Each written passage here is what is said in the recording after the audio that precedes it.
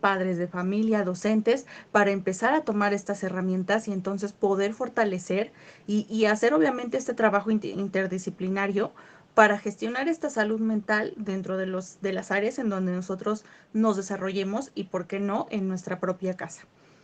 Para hablar justamente sobre de este tema tan importante, de qué figura hoy en día la psicología, porque dentro de esta praxis han habido ciertos acercamientos que no son parte de la ciencia porque no tienen un método científico y que entonces se meten y hablan en nombre de la psicología para empezar a meter como ciertos usos o cierto lenguaje para que entonces se hable de salud mental o para que se hable de ciertos conceptos y entonces generar como este sentimiento de bienestar a la sociedad sin ningún fundamento científico.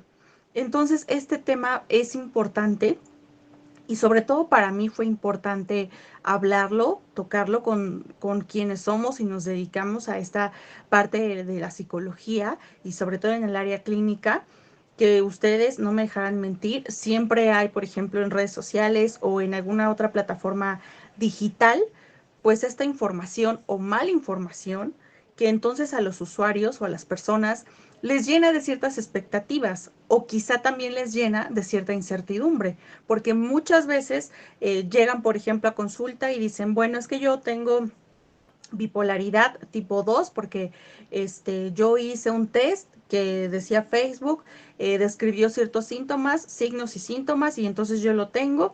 Y bueno, yo ya vengo con usted porque mi resultado fue bipolaridad tipo 2.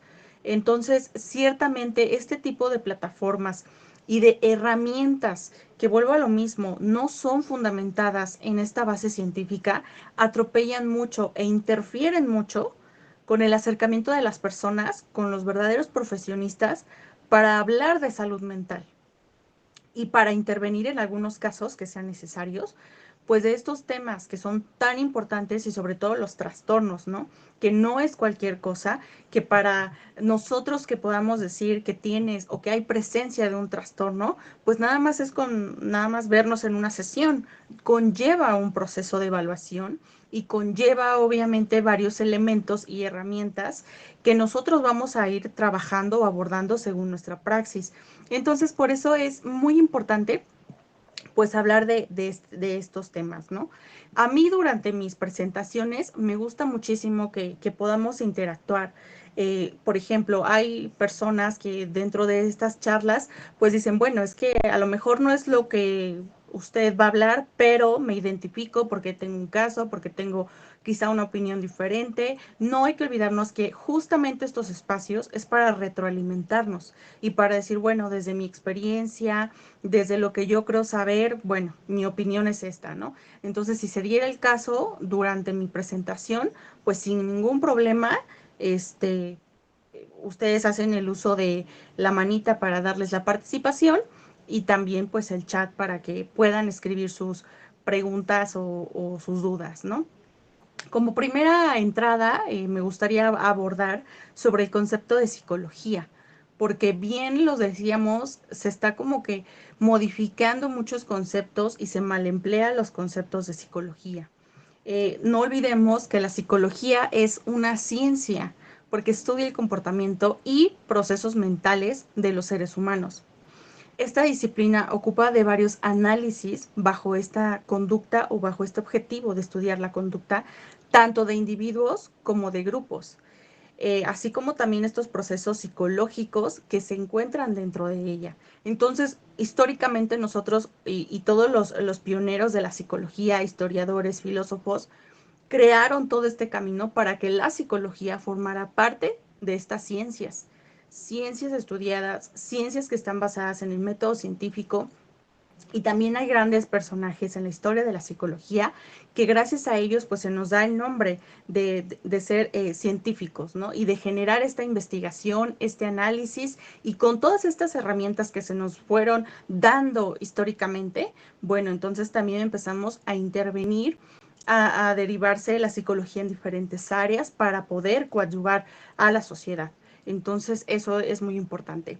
Como antecedente de esta psicología precientífica, y hay que tener bien claro ese parteaguas de cuándo empezamos a formar parte de esta apertura científica, bueno, pues tenemos que primero proviene desde este mundo antiguo, de Egipto y Grecia y Roma, porque aquí se creía, o más bien las explicaciones que se daban a ciertos comportamientos, padecimientos, los médicos y los filósofos en aquellos tiempos, o los grandes pensadores, ¿no? Como se abordaba, bueno, pues hablaban de estos problemas, ¿no? Que se ubicaban en la mente cuando no tenían una explicación médica, cuando no había un origen localizado en el cuerpo, porque era aprobado lo visible, lo que se veía, lo razonable, pero había ciertas cosas de este comportamiento humano que les generaba pues muchas dudas existenciales, ¿no? De cómo es que opera, cómo es que decide, cómo es que mujer, hombre, ¿no? Estas diferencias, maternidad, paternidad, había muchas cosas en las que se empezaron a cuestionar qué es lo que realmente operaba o mandaba ese padecimiento. Entonces se empieza a hablar de esto, de esta mente, de esta estructura. Le empezaban a decir, hay una estructura en nuestro cuerpo que se anidan aquí, pues las sensaciones, los pensamientos, la memoria, el aprendizaje. Y entonces eso genera un conjunto y obviamente da pie a este comportamiento, ¿no? Dos, se viene con este también maestro y pionero de la medicina, con Hipócrates. Él empieza a escribir en su libro El arte de curar, de que había ciertas descripciones de melancolía o de estados de ánimo que predominaban en nuestro comportamiento, ¿no? La melancolía, había ciertas manías, había este estado depresivo y sobre todo después de dar a luz, ¿no? Y ese libro abarca como muchos episodios en donde empezaba a describir que había algo que mantenía o que desequilibraba ese comportamiento esperado. Nosotros cuando hablamos de, ay, es que tiene que ser un comportamiento normal, a mí esta palabra de normalidad, y más hablando de un comportamiento humano, me parece que se queda muy corto o que es una palabra que no engloba a una individualidad. Entonces, hablar de lo normal puede salir un poco de contexto, puesto que entonces nosotros no estamos entendiendo o no generamos como este análisis de decir, bueno, creo yo que hay aquí algo que quizá no estamos viendo, ¿no? Porque cuando decimos normal, ¿qué es lo normal? ¿Qué es lo estandarizado, no? No hay un parámetro donde digas, oye, de 50 a 100 es tanto, es lo normal, ¿no? Como en algunas otras categorías que sí se puede describir, ¿no? Mediante ciertas medidas, mediante praxis dentro de las matemáticas, etcétera. Pero dentro de un comportamiento no podemos decir lo normal, ¿no? Sino más bien lo esperado. Por ejemplo, estás en un lugar donde ves un letrero que dice en silencio, lo esperado, pues es que guardes ese silencio, que generes ese comportamiento, ¿no? Y que entonces te incluyas dentro de ese contexto donde se está solicitando ciertas cosas, ¿no? O por ejemplo, también si vas a la escuela, lo esperado, pues es que haya momentos durante el día donde los niños puedan tener esta relación enseñanza-aprendizaje mediante un docente, ¿no? Entonces, si esto no ocurre o hay ciertas interferencias dentro de este proceso, se van a analizar como tal. Entonces, cuando nosotros empezamos a entender y sobre todo a interiorizar que no hablamos desde esta normalidad, sino más bien de qué está pasando en esta interferencia, por ejemplo, en relaciones de pareja, que es algo que también se ve mucho y dentro de la praxis clínica, y entonces es que no es normal, ok, hay que obviamente delimitar que hay cosas, por ejemplo, parámetros, por ejemplo, la violencia, que existe sí una medida que se llama el violentómetro, y entonces también se habla de no normalizar, de no decir, ok, es válido hacer esta conducta dentro y de llevado de esta forma. A eso es a lo que se refiere. Entonces, cuando hablamos de comportamiento humano, debemos de analizar desde esta parte de la individualidad, sin olvidar o sin dejar de entender que cada individuo es resultado de muchos procesos, que convivimos con muchas cosas, con muchos elementos y que también históricamente nos afectan mucho, ¿no?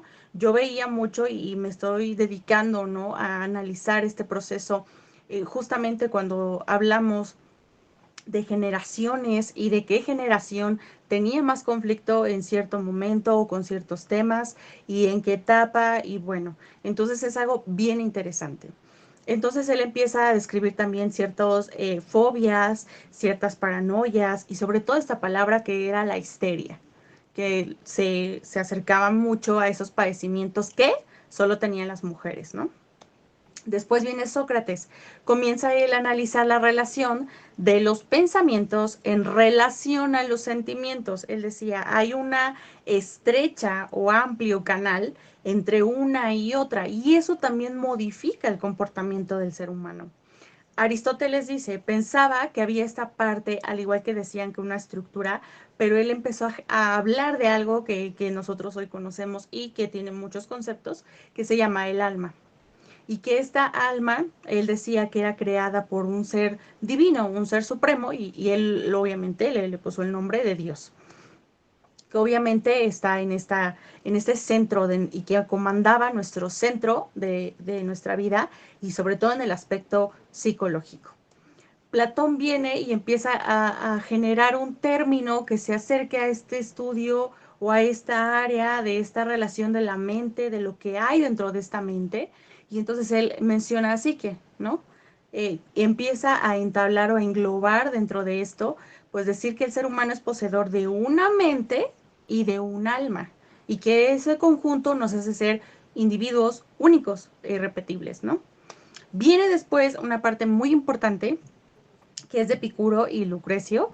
Ellos afirmaron que todos estos conocimientos se originan a partir de las sensaciones y de la retención de la memoria. Entonces, si vamos viendo, cada punto va evolucionando y cada quien va poniéndole una perspectiva diferente, que eso es algo que tenemos que tomar en cuenta, ¿no? Entonces, en esta parte se dice las sensaciones, ajá, es decir, yo soy este conjunto que tiene relacionado de forma interior, que ya vamos describiendo, pero también soy resultado de lo que yo percibo en mi entorno y cómo yo lo proceso y cómo yo lo almaceno, para que cuando haya una situación similar o otra situación que requiera de eso que yo aprendí, pues entonces se lleve a cabo, haya una ejecución, es decir, haya este comportamiento.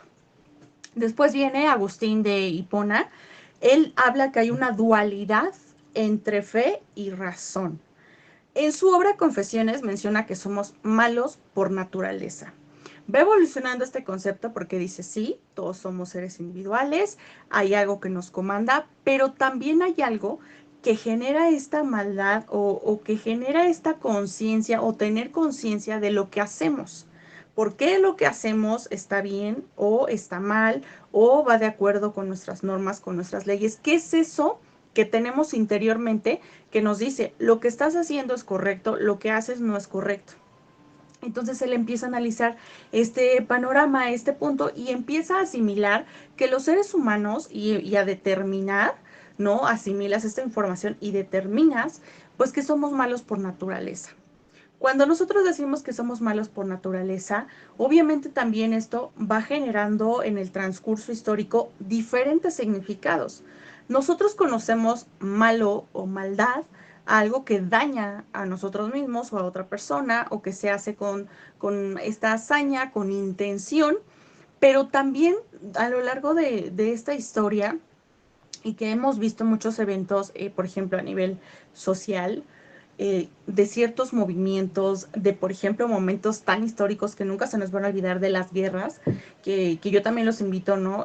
Hay varios libros que hablan de las guerras y de que luego cómo surgió este arrepentimiento por ejemplo, de los nazis, ¿no? Que había ciertos nazis y en especial hay un libro donde se narra, ¿no? Cómo vivieron esta posguerra y que entonces uno de los nazis, para morir en paz, decidió buscar a ciertos personajes que todavía permanecían en estos campos de concentración y o que también ya habían sido rescatados, que le otorgaran el perdón para que él pudiera irse en paz. Entonces, esta situación, este hecho que ellos piden o que solicitan, empezó a ser justamente de uso para estudiarse, que es lo que nos lleva a que nosotros, una, cometamos esa acción y dos, que entendamos que hay un daño y que entonces para estar bien, genero esto, ¿no? De decir, bueno, mi razón, la fe, lo que yo creo, siento que esto es lo correcto, pedir perdón, como muchas otras conductas que vemos a lo largo de esta historia. Después viene Santo Tomás de Aquino. Él afirma que cuando la razón domina el alma, la personalidad es ordenada. El ser humano es responsable de sus actos, a lo que llamó conciencia. Y muchas veces, y esto es algo bien importante, nosotros hablamos de ser conscientes, nosotros hablamos de promover esta salud mental y muchas veces pareciera ser difícil, pero no lo es. Y sobre todo en el ámbito social. Cuando yo tengo la oportunidad de dar una charla o de hablar con alguien o de hacer trabajo comunitario o de entender y tratar de coadyuvar con las escuelas o con alguna otra área que sea afín a la psicología, yo siempre digo, hay que enseñarnos y justamente desde chiquitos a entender esas consecuencias de nuestras decisiones, de nuestros actos y a generar como esa retroalimentación con quienes nos rodean.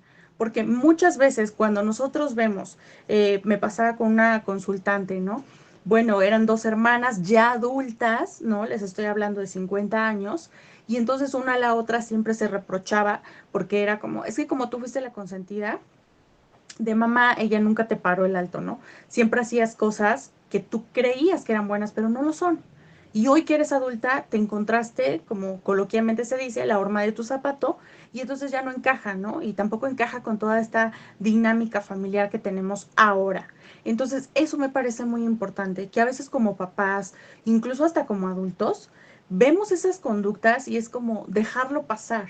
Cuando no nos damos cuenta de esa corresponsabilidad que tenemos de poder intervenir, claro, de la forma adecuada, en el momento correcto, y entonces empezar a generar esta conciencia de que cada acción hay una reacción, de que hay consecuencias, y sean buenas y sean malas, pues empezar a trabajar y obviamente desde esta parte interior de aceptar las cosas para poderlo trabajar, para poderlo interiorizar y generar ese cambio que al final del día la salud mental nos brinda, ¿no? Tener salud mental no es estar feliz todo el tiempo, no es generar como expectativas o fantasías constantemente de todo va a ir bien, no, sino es sentir este equilibrio con muchas cosas que interactúan en mi vida y con situaciones que a veces son inesperadas, ¿no? Y entonces eso me fortalece mucho, por ejemplo, mi autoconocimiento, por ejemplo, también mi autoestima, la percepción de las cosas, trabajar si yo tengo una situación que me reprime y que me impide quizá tener contacto amoroso con mis parejas o etcétera, ¿no? Entonces generar ese análisis interior nos ayuda muchísimo y eso es clave, ¿no? Después Platón retoma esto y entonces dice, sí, hay un poseedor de una mente, de un alma, sí, pero también genera esta dinámica de querer decidir, del querer ser. Y eso es algo bien interesante. Querer ser, ¿qué quieres ser? ¿Qué quieres decidir? Hay algo que nos impulsa a tomar esa decisión justo por eso que yo quiero conseguir. Y entonces te transformas en eso que quieres para poderlo obtener.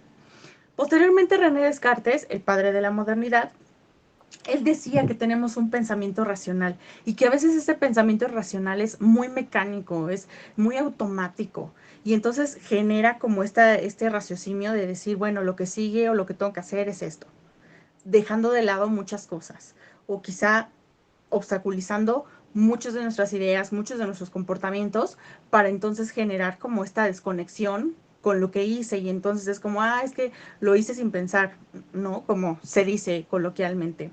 Después pasamos a esta psicología ya científica, donde empezamos a hablar de un método científico, donde empezamos a hablar de ciertos elementos que nos ayudan a nosotros para poder cuantificar comportamientos, describir situaciones, describir fenómenos. Entonces, esto nos permite o nos genera esta apertura a hablar de eso, ¿no? Primeramente se retoma justo con René Descartes, por eso se le dice, ¿no?, el padre de esta modernidad. Obviamente habla mucho de esta razón, que es nuestro único fundamento de vivir o de generar nuestra capacidad de vivir, ¿no? De afrontar la vida, tener esta razón. Luego viene John Locke y él asegura que la primera fuente de donde nosotros obtenemos todo lo que ejecutamos es mediante los conocimientos. lo que conozco, lo que perciben mis sentidos, lo que archivo, lo que guardo, lo que codifico y lo que me representa, ¿no? Lo que genera una simbología para mí. Y obviamente se va haciendo de forma ya mecánica, ¿no? Después vamos con Wilhelm Wundt. Wundt obviamente fue el padre, y es dicho el padre de la psicología, por crear justamente este primer laboratorio donde empezamos a experimentar o a tener esta etapa de prueba-error y de ver ciertas características, de tener un poco más de control con las variables, de cuestionar esas variables que hemos venido hablando, la razón, el pensamiento, la memoria, el aprendizaje, y tener obviamente este estudio más amplio, hablando fenológicamente, y dejando atrás sí esta filosofía, ¿no? Pero obviamente haciendo este parteaguas. Después vamos con Sigmund Freud, padre del psicoanálisis, que a mí me pasa algo, no sé a ustedes, colegas, pero siempre pasa que dicen, ay, es Sigmund Freud, ¿no? El padre de la psicología, y entonces olvidamos a Wundt, y entonces genera como esta genera como esta barrera, ¿no? Y muchos también no saben explicar exactamente qué hizo Sigmund Freud, ¿no? Entonces me parece algo muy importante generar este conocimiento para que entonces podamos discernir qué fue cada quien, ¿no? O qué hizo cada uno, ¿no? Entonces, como sabemos, el aporte de Sigmund Freud, pues es pieza fundamental para muchas cosas que hemos descrito, que hemos hablado, que hemos abordado en algún momento estudiando psicología. Él generó este descubrimiento magnífico sobre esta vida psíquica que se venía viendo, ¿no? Estas estructuras inconscientes que hacían o que tienen un gran significado en la vida y en el comportamiento del ser humano. Obviamente estas teorías fueron generando importancia y fueron generando también a grandes pensadores, fueron generando dentro de este psicoanálisis y obviamente también base de muchas de nuestras herramientas dentro de la práctica clínica. Vamos también con Iván Pavlov, sus hipótesis sobre estas propiedades básicas dentro de nuestro sistema nervioso, afirmando estas diferencias comportamentales entre unos y otros, hablando sobre condicionamiento, hablando sobre que hay un estímulo y que entonces genera, y que hay un proceso interno que más allá de lo que se planteaba filosóficamente, se ve en nuestras estructuras del cerebro, conectado justamente con nuestro sistema nervioso, nuestro sistema digestivo, ¿no? Por ejemplo, al estómago. Muchos científicos españoles dicen que es nuestro segundo cerebro, porque justamente en el estómago se empiezan a generar sustancias que una bloquean, ¿no? A la respuesta negativa de manera externa hacia nosotros de forma interna, y entonces puede llegar a paralizarse, ¿no? El cerebro, aparte de que también administra información y eso también genera, ¿no? Este nuevo a hablar, ¿no? Esta nueva hipótesis de decir, bueno, el cerebro, el segundo cerebro es el estómago, que me parece a mí algo muy interesante. Posteriormente, alguien también muy importante es Abraham Maslow, hablando sobre su teoría de la motivación humana.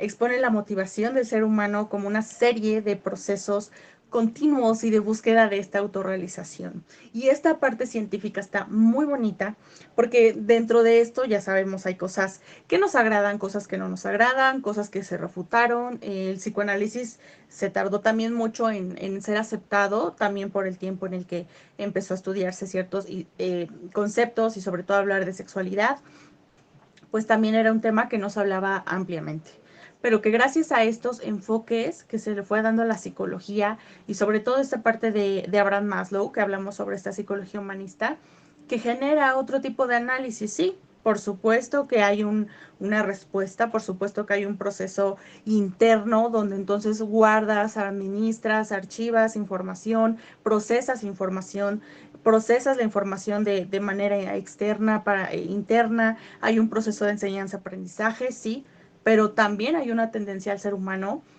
a ser resiliente, a generar esta motivación, esta búsqueda de pertenencia, y entonces también algo que nos da mucho parteaguas en cada una de estas teorías es la vida de los autores. En un tiempo que yo di clases en la universidad, yo decía, échenle un ojito a los autores, conociendo al autor, su biografía, aparte de también saber y admirar, ¿no? A estos pioneros que nos abrieron camino a todos los que nos dedicamos hoy a la psicología, también es de analizar, ¿no? ¿Cuál fue su perspectiva según su vivencia, ¿no? La vivencia propia impacta o genera también algo en la psicología de cada uno de ellos, de su propuesta, ¿no? Para hacerla científica. Cuando nosotros entonces hablamos de intervenir y fomentar esta salud mental, ya teniendo en cuenta qué es la psicología, cuál fue su lucha para hacer ciencia y cuáles son sus antecedentes, hablamos que entonces la psicología se va a basar en este análisis de nuestra mente, de estos procesos que hay dentro de esta estructura, mediante investigación de factores que influyen en el comportamiento, como la familia, la escuela, la cultura, etcétera, e interno, como el control de nuestras emociones, nuestros pensamientos, la funcionalidad de nuestro cerebro, la estructura cerebral, que es muy importante, parte también de estos o ciertos trastornos que nos aquejan o que aquejan a la mayoría de la sociedad, pues también parte, ¿no? Me encontraba con una colega y me decía, oye, fíjate que llegó a consulta una usuaria que si tú estudias y haces todo tu análisis, no hay estos elementos externos que nos puedan decir, ah, ok, ¿no? Esto detonó la depresión, sino más bien descubrimos que era algo, como nosotros sabemos, bioquímicamente que falla. Y hay otras condiciones también que se siguen estudiando de este estado tan cambiante de un extremo a otro, que también tiene que ver mucho con las estaciones del año, ¿no? Hay grandes estudios que se hacen, por ejemplo, en la prevención de suicidio, que hay etapas en donde las personas generan como esa internalización de sentimientos de desesperanza, de melancolía, y que generan factores externos y obviamente detonan en una crisis en ese momento y toman la decisión muchas veces de suicidarse. Entonces, es increíble para nosotros, ¿no? Como ver esto, porque cuando alguien llega a consulta comúnmente, y hay que también hablarlo así, no es porque está loco, no es porque es diferente a los demás, no. Todos estos padecimientos, todos estos procesos nos deben de llevar a concientizar, es decir, todos en la vida necesitamos un psicólogo. No importa que yo diga, bueno, ahorita no tengo, pero me rasco la manita, ¿no? Ay, es que estoy muy ansiosa, me como las uñas, no, pero yo estoy súper bien. Entonces nos ayudan los psicólogos justamente a modular ese comportamiento que está perjudicando y que quizá no reconozco qué tanto me está perjudicando en mi vida cotidiana, con mi pareja, con mis hijos, en mi profesión. ¿Sí me explico? Entonces debemos de ser conscientes de eso y decir, todos necesitamos un psicólogo. No importa la etapa en la que estés, tu edad, etcétera, ¿no? O sea, necesitamos sí promover y tener este autocontrol de todo lo que somos, de todo lo que vemos, de todo lo que sentimos, de todo lo que experimentamos, para poder tener esta vida en equilibrio, ¿no? Que es lo más ideal. Estas aportaciones de estos antecedentes, por ejemplo, se han habido o se ha visto justamente que cuando nos preguntan a los psicólogos, bueno, ¿y ustedes qué hacen, no? Me decía alguien, nada más dicen, ¿y con eso cómo te sientes, no? Que es lo que comúnmente se dice. ¿Y con eso cómo te sientes? Y es lo único que hacen los psicólogos. Pues no, lo que nosotros como psicólogos hacemos son análisis y cosas que tienen un proceso y que tienen una razón de ser. Yo por eso siempre digo, no hay mejor como la práctica, el estudio de casos, generar sí este conocimiento de decir me voy a meter a un diplomado, voy a hacer una maestría, pero no perder contacto con lo que estoy viendo, con lo que estoy escuchando, con lo que alguien me dice para poderle dar esa retroalimentación. Y parte de intervenir y fomentar esta salud mental se empezaba a hablar justamente, incluso hasta desde los años 2000, decir, bueno, nosotros como psicólogos, ¿cuál es nuestro objetivo? Aparte de fomentar esta salud mental, también es empezar a tener esas herramientas, por ejemplo, nuestro DSM-5, que ha ido progresando, que si nosotros vemos desde que inició y cómo fue que inició y todo este contexto, hay algunos trastornos y hay algunos otros padecimientos que los empiezan a incluir o a excluir, a describir, a volver a describir, a eliminar, a derogar y a incluir otros tantos, ¿no? Y eso también justo porque estamos en este análisis de estos nuevos padecimientos, de que incluso hay comorbilidad en los trastornos, y entonces eso nos lleva como ciencia a decir cuál es nuestra tarea justo en diagnosticar algo. Me ha pasado mucho y sobre todo en las escuelas. Yo respeto mucho los trabajos de cada quien y me gusta trabajar de forma interdisciplinaria, me gusta trabajar en equipo, pero sí he visto que me parece, no es una mala intención, pero es mala desinformación. Cuando llegan las mamás a consulta, llegan aterradas, llegan asustadas porque en la escuela me dijeron que mi hijo tiene TDAH. Entonces la mamá ya se imagina que va a ir con nosotros y le vamos a decir que el niño, que la niña tome esto, efectivamente tiene TDAH y pues sí, lo que dijo la maestra es correcto, ¿no? Entonces genera justamente esta barrera con que conozcan, con que los papás se acerquen. Y ha pasado, ¿no? Llegó muy preocupada, obviamente como toda mamá, mi hijo tiene TDAH, la maestra me dijo, y entonces cuando pides, ¿no? Que también es muy válido, información en esta área educativa, pues la maestra dice, ay, pues es que es muy inquieto, anda de aquí para allá, del tingo al tango. Yo le digo algo y me dice, ¿qué? ¿Qué me dijo maestra? ¿No? Entonces, cuando tú empiezas a trabajar y analizar esto de la forma en la que tiene que ser, a su edad, porque también no nada más como psicólogos estudiamos todo esto que históricamente se fue desarrollando, sino que también estudiamos otros, e incluso hasta hay autores que no son psicólogos, que son fisiólogos, que son neurólogos, que son médicos, pero que también aportan mucho a hablar sobre las etapas del desarrollo humano, que eso es muy importante. Si estamos frente a un niño, ¿qué edad tiene? Tiene 4, ok, y está hablando de que tiene un amigo imaginario, ok, ¿es válido? Es válido que tenga un niño, un amigo imaginario, es válido lo que su mamá me está diciendo, que todavía no puede ir al baño, que tiene pesadillas, que no, entonces debemos de empezar a generar. Obviamente no vamos a decir, ay, espérenos señora, voy a revisar mi libro y qué dice, ¿no? En esta etapa de su desarrollo, pero sí hemos de tener ese conocimiento de decir, ok, el niño está en tal etapa, es esperado. Si tenemos un niño de 8 años y nos manifiesta la mamá que no controla esfínteres, ok, tenemos un dato muy importante porque según el desarrollo ya debe de controlar esfínteres. Entonces, esto nos permite generar este análisis. Y retomando lo que yo mencioné, obviamente no tenía TDAH. Había muchas otras cosas menos TDAH. Entonces, eso, y gracias a muchos mal manejos que se han hecho dentro de esta práctica, pues surge algo que no sé si lo habían escuchado, que es justamente hablar de un transdiagnóstico, que cuando habla justamente de este transdiagnóstico y que se manifiesta de esta forma, habla desde estos autores, desde los principios de condicionamiento, desde hablar de estos esquemas cognitivos que también fueron abordados. Alguien que también me gusta mucho cuando hablamos de estructuras o esquemas cognitivas, hablando del parteaguas de la psicología cognitiva, es George Kelly, ¿no? Que empieza a decir que nosotros tenemos esas etiquetas en nuestra cabeza y que entonces cada que nosotros tengamos como este estímulo presente, genera como ese pensamiento y esa validez que le damos a las cosas, ¿no? Por eso también actuamos de cierta o cual forma, ¿no? Entonces, gracias a esto, justamente se da esta importancia de decir, ok, vamos a generar desde que nosotros empezamos a hablar de cuáles son esas aportaciones, cuando nosotros hablamos de voy a diagnosticar o dentro de mi proceso, como me aportó la psicología como ciencia, ¿qué es lo que voy a hacer? Bueno, mediante justamente mis herramientas, como el DSM-5, mis instrumentos, como una buena entrevista. Yo siempre digo, no nos quedemos con en la prueba salió, porque también para aplicar pruebas debemos de saber interpretar pruebas.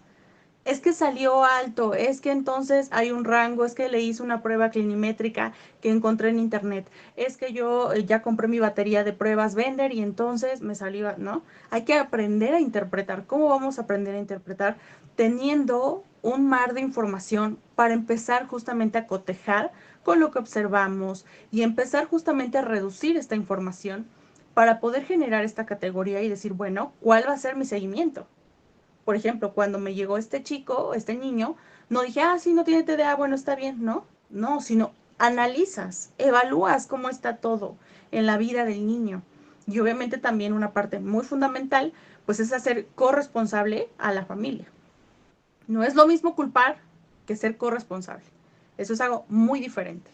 También hay algo que dentro de la praxis de la psicología es algo que se da muchísimo. Cuando nosotros entendemos una teoría, y esto sí lo quiero dejar bien en claro, por ejemplo, la de Sigmund Freud, cuando se habla justamente de que nos identificamos las niñas con el padre y los niños con la madre, y entonces cuando nosotros vemos solamente superficial, sí cuando tenemos una situación, ay, tengo una consultante de 20 años y tiene una pareja de 60, no, pues esta niña anda buscando a su papá. No nada más nos quedemos con ese, porque ese no es un análisis. Debemos de entender a profundidad la teoría de Sigmund Freud. ¿Qué es lo que realmente nos quiere determinar en la conducta humana? No en generar una clasificación, no en generar una etiqueta de niña loca, de no, esa no es la psicología.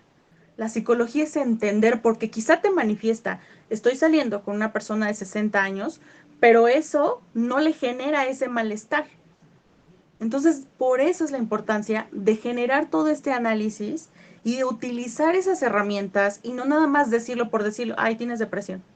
Tienes depresión porque hace un mes que te cortó tu pareja, tu vida no sigue y entonces, ¿no?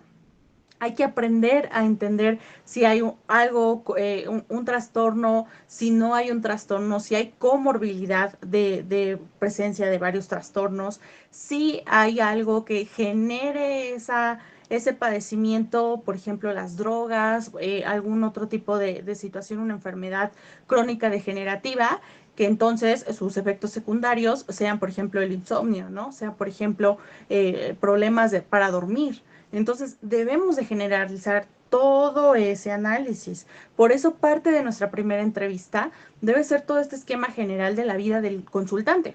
No porque seamos chismosos, no porque queramos tener información innecesaria, no.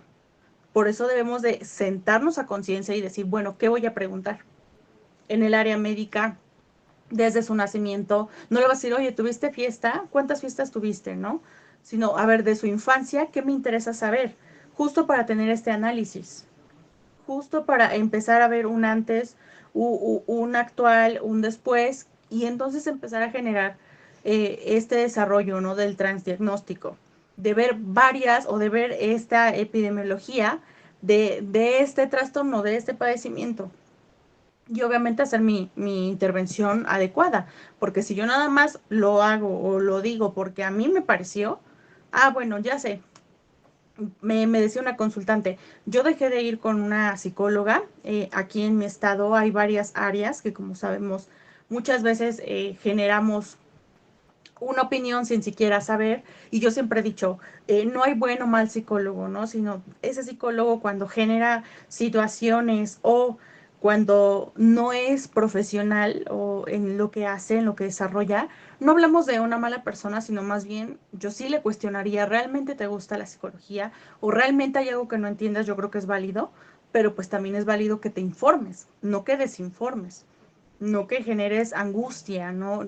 Una maestra me decía, un diagnóstico o hacer una retroalimentación que va a ser difícil para la persona, trátalo de dar como un regalo, porque están yendo contigo no a que le digas lo peor, a que seas realista con lo que está ocurriendo y ofrecerle ese trabajo.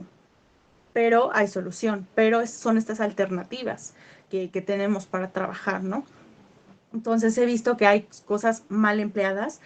Por ejemplo, una consultante llegó por tema de duelo y entonces a la segunda sesión el psicólogo le dijo, vamos a hacer una técnica que se llama silla vacía, siéntate y imagínate que aquí está tu papá y entonces pídele perdón y perdónense y eso sería todo. Entonces ella dice, no me gustó esa forma, yo creo que no me escuchó lo que yo realmente necesitaba, yo ya llevo así un buen rato, llevo 6 meses, casi 7, con sentirme incluso hasta tentada a suicidarme, ¿no? Entonces más bien yo no quería escuchar un perdón, sino más bien que me entendiera por qué me siento así. Entonces, aguas con eso, aguas con decir, ah, se me murió alguien en duelo. Sí, obviamente vas a trabajar porque es algo inherente, pero también hay algo detrás de fondo y tienes que evaluar si hay riesgos. Y si hay riesgos y si necesitas la presencia de un psiquiatra o de algún otro profesional del área de la salud, pues lo puedes decir con toda honestidad. O decir, ¿sabes qué? Mira, yo trabajo con niños y entonces yo no podría atenderte, ¿no? O un tema de adicciones. Entonces sí es muy importante generar, valorar Mira, sí estaría bien que dentro de tu trabajo terapéutico estuvieras viniendo de forma periódica, ¿no? Conmigo como psicóloga.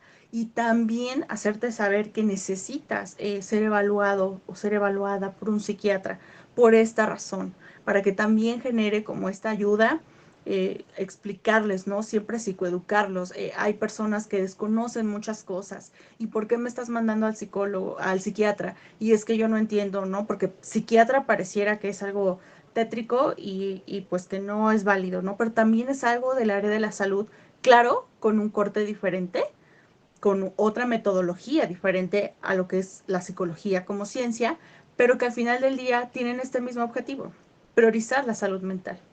Entonces, sí debemos hacer uso, sí lo necesita, sí se requiere. No dejarlo pasar y decir, bueno, pues yo no sé, ahí como le haga, trabajamos duelo y estar estancando a la persona no va a generar un proceso, no va a generar que viva eso y que genere un cambio. Entonces, aguas con eso. Parte también de toda esta evolución de la psicología se divide en áreas. Por ejemplo, en la clínica, educación, hablando del desarrollo, en la parte laboral, social, forense, jurídica, ¿no? Que esa también es un área preciosa, y con ayuda de ciertas disciplinas que también provienen o que se derivan de otras áreas de la salud, ¿no?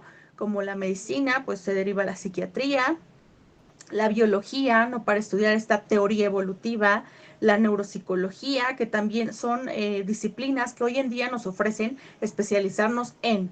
Por ejemplo, en neuropsicología hay unos diplomados que nos ofrecen, incluso hasta ver, por ejemplo, ciertas pruebas neuropsicológicas, ¿no? Por ejemplo, hay una que se llama MINI, que justamente nos genera como este análisis global, que no es a profundidad, por eso yo digo también hay que conocer las pruebas, pero que sí nos presenta, nos hace como toma, esto es lo general de la persona hablando neurológicamente, ¿no? Cómo está en desarrollo, incluso dentro de esa prueba viene cuentas, ¿no? A ver, ¿cuánto es esto? ¿Hoy qué día es? ¿No? Cosas para hablar y entonces sí encuadrar frente a qué estamos para poder trabajar. Entonces, eso es también algo que la psicología empodera mucho, porque sí, partimos de estudiar al ser humano, el comportamiento humano, pero también nos genera estas responsabilidades en diferentes áreas.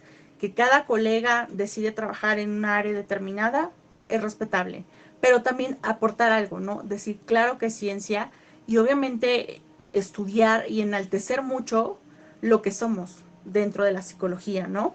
Y esto no hablando de forma romantizada, ¿no? No decir, ay, amo la psicología, no, pero entender que es un compromiso, entender que no es cualquier cosa, darle esa seriedad, como al principio yo les decía, y ustedes no me van a dejar engañar, Facebook y otras redes sociales están inundadas de un psicólogo dijo que si sueñas con tu ex te extraña. Entonces la mitad de las personas, o sea, vean cuántos likes, cuántos me encantan, y entonces como de claro, ¿no? Y entonces generan una fantasía y sufren más porque nunca regresa el ex. O cuando dice, la psicología dice que si sueñas con un gato te vas a hacer millonario. La psicología dice que no.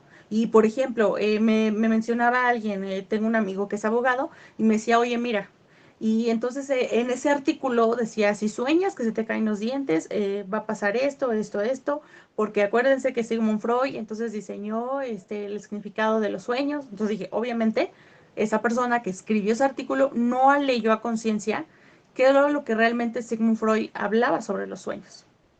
Claro que es una parte muy importante de la psicología, pero no nada más hay que enfocarnos en esa. Hay una eh, amplia variedad de situaciones que debemos de analizar, no nada más decir, ah, ok, sí, esto, ¿no? O hay ciertas cosas prácticas que se han inmiscuido en la psicología, como ciertos efectos placebo, que haces esto y entonces tómate este remedio, ¿no? Me tocó que por la calle yo vi que decía psicólogo clínico, te leo el café. Obviamente dije, ¿dónde está ese sentido de responsabilidad? No hay una lectura de café, no hay, la psicología como ciencia no determina eso. Entonces esas malas praxis sí hay que desecharlas. Hay que dar oportunidad a ciertos elementos que son nuevos. Sí, claro, hay muchas nuevas técnicas, herramientas, enfoques dentro de la psicología, pero nunca hay que despegarnos de esta parte científica y obviamente de entender y de comprender otras. Porque también justo, nunca voy a olvidar una práctica en mi universidad, siempre hacíamos role-playing, y entonces ya saben que nos ponen diferentes casos y en esta vez mi maestra dijo, ¿saben qué? Es como caso abierto, a ver, échenselo de su ronco pecho. Y entonces una compañera quiso ponerlo difícil y entonces empezó a decir, no, pues es que yo creo que Dios, ¿no? Entonces empezó a hablar mucho de Dios y decía la maestra, se van a encontrar con personas que hagan mención dentro de este proceso o de su proceso que les van a platicar de eso, de su ideología, que les van a compartir y que quizá van a resignificar o van a generar como esa ecuación de, ah, me está pasando por un castigo, me está, ¿no? Muchas cosas. Entonces también debemos de generar eso a nuestro favor y generar esa retroalimentación, porque lo que estamos es respetando su postura. No nos vamos a poner a debatir, no, la mejor religión es tal, no, porque tampoco estaría haciendo psicología. Entonces sí hay que tener mucho cuidado con esos elementos. Aquí hay puntos que debemos de entender muy importantes. Primero, la psicología es un estudio científico. Se hace cargo del método científico, ocupa el método científico. Por eso, y está basada y todas las teorías que hemos visto y que podemos ver, necesitamos comprobar si pasan por el método científico. Dos, aunque es fácil pensar que las situaciones cotidianas tienen respuesta o sentido común, los estudios científicos han encontrado que las personas no siempre tienen una relación con su contexto. ¿Qué pasa aquí? Muchas veces decimos, por ejemplo, hay mujeres que son víctimas de violencia, ¿no? Que es lo que más me ha tocado escuchar. Ay, no, pues de seguro su vida estuvo fatal. Y entonces cuando tú la entrevistas, oye, pero cuenta con el apoyo de sus dos padres, oye, pero esto, oye, pero el otro, ¿no? Entonces, ¿qué falló aquí? No se guíen por ese sentido común. Como vuelvo a repetir, muchas veces nos dejamos llevar por lo obvio, pero en la psicología no hay nada obvio. Hay algo que genera una consecuencia, una causa, una consecuencia. Hay algo que está mal empleado, hay algo que se procesó y se internalizó en la persona. Entonces hablamos de eso para poder generar ese cambio en ese comportamiento que está siendo doloso o que está siendo significativo y entonces generó un cambio radical. Entonces hay que determinar eso, no hay que decir, ay, sí, si es delincuente, de seguro tuvo una vida fatal. No, muchas veces genera, o inclusive, si, aunque así fuera, debemos de tratar eso con respeto y no con obviedad, sino empezar a generar esa estructura y decir, bueno, ¿cuál es este parteaguas en la historia del individuo que está frente a mí para llegar a cometer un delito?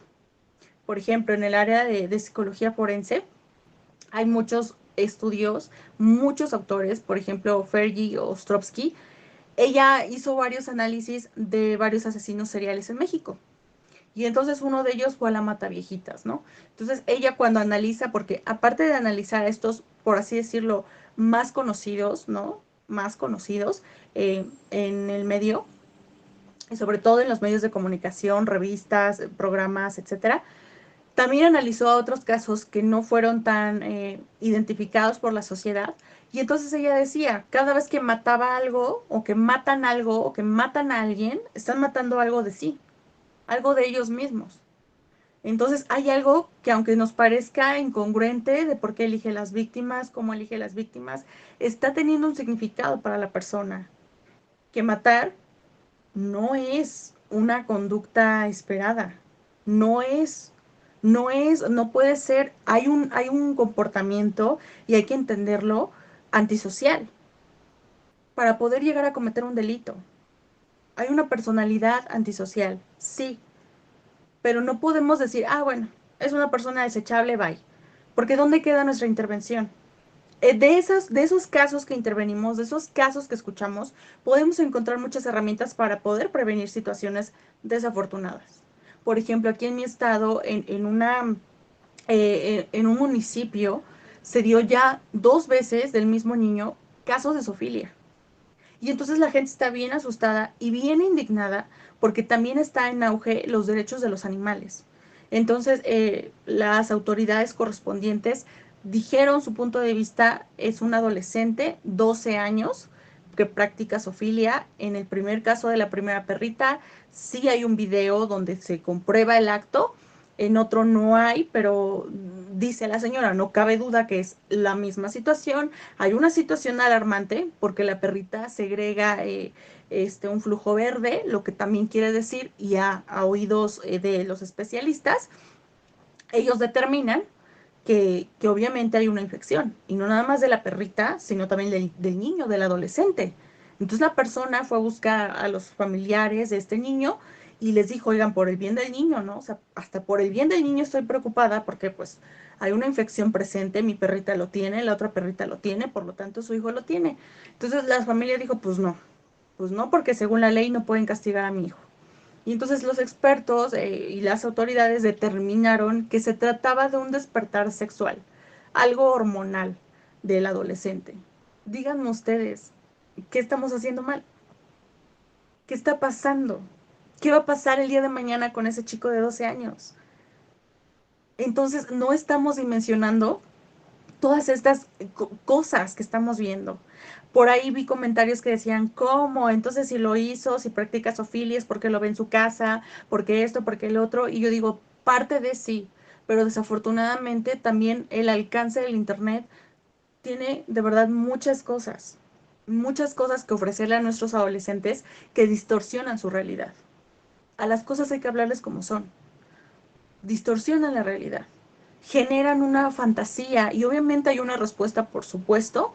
Está en una etapa muy importante, hablando del desarrollo.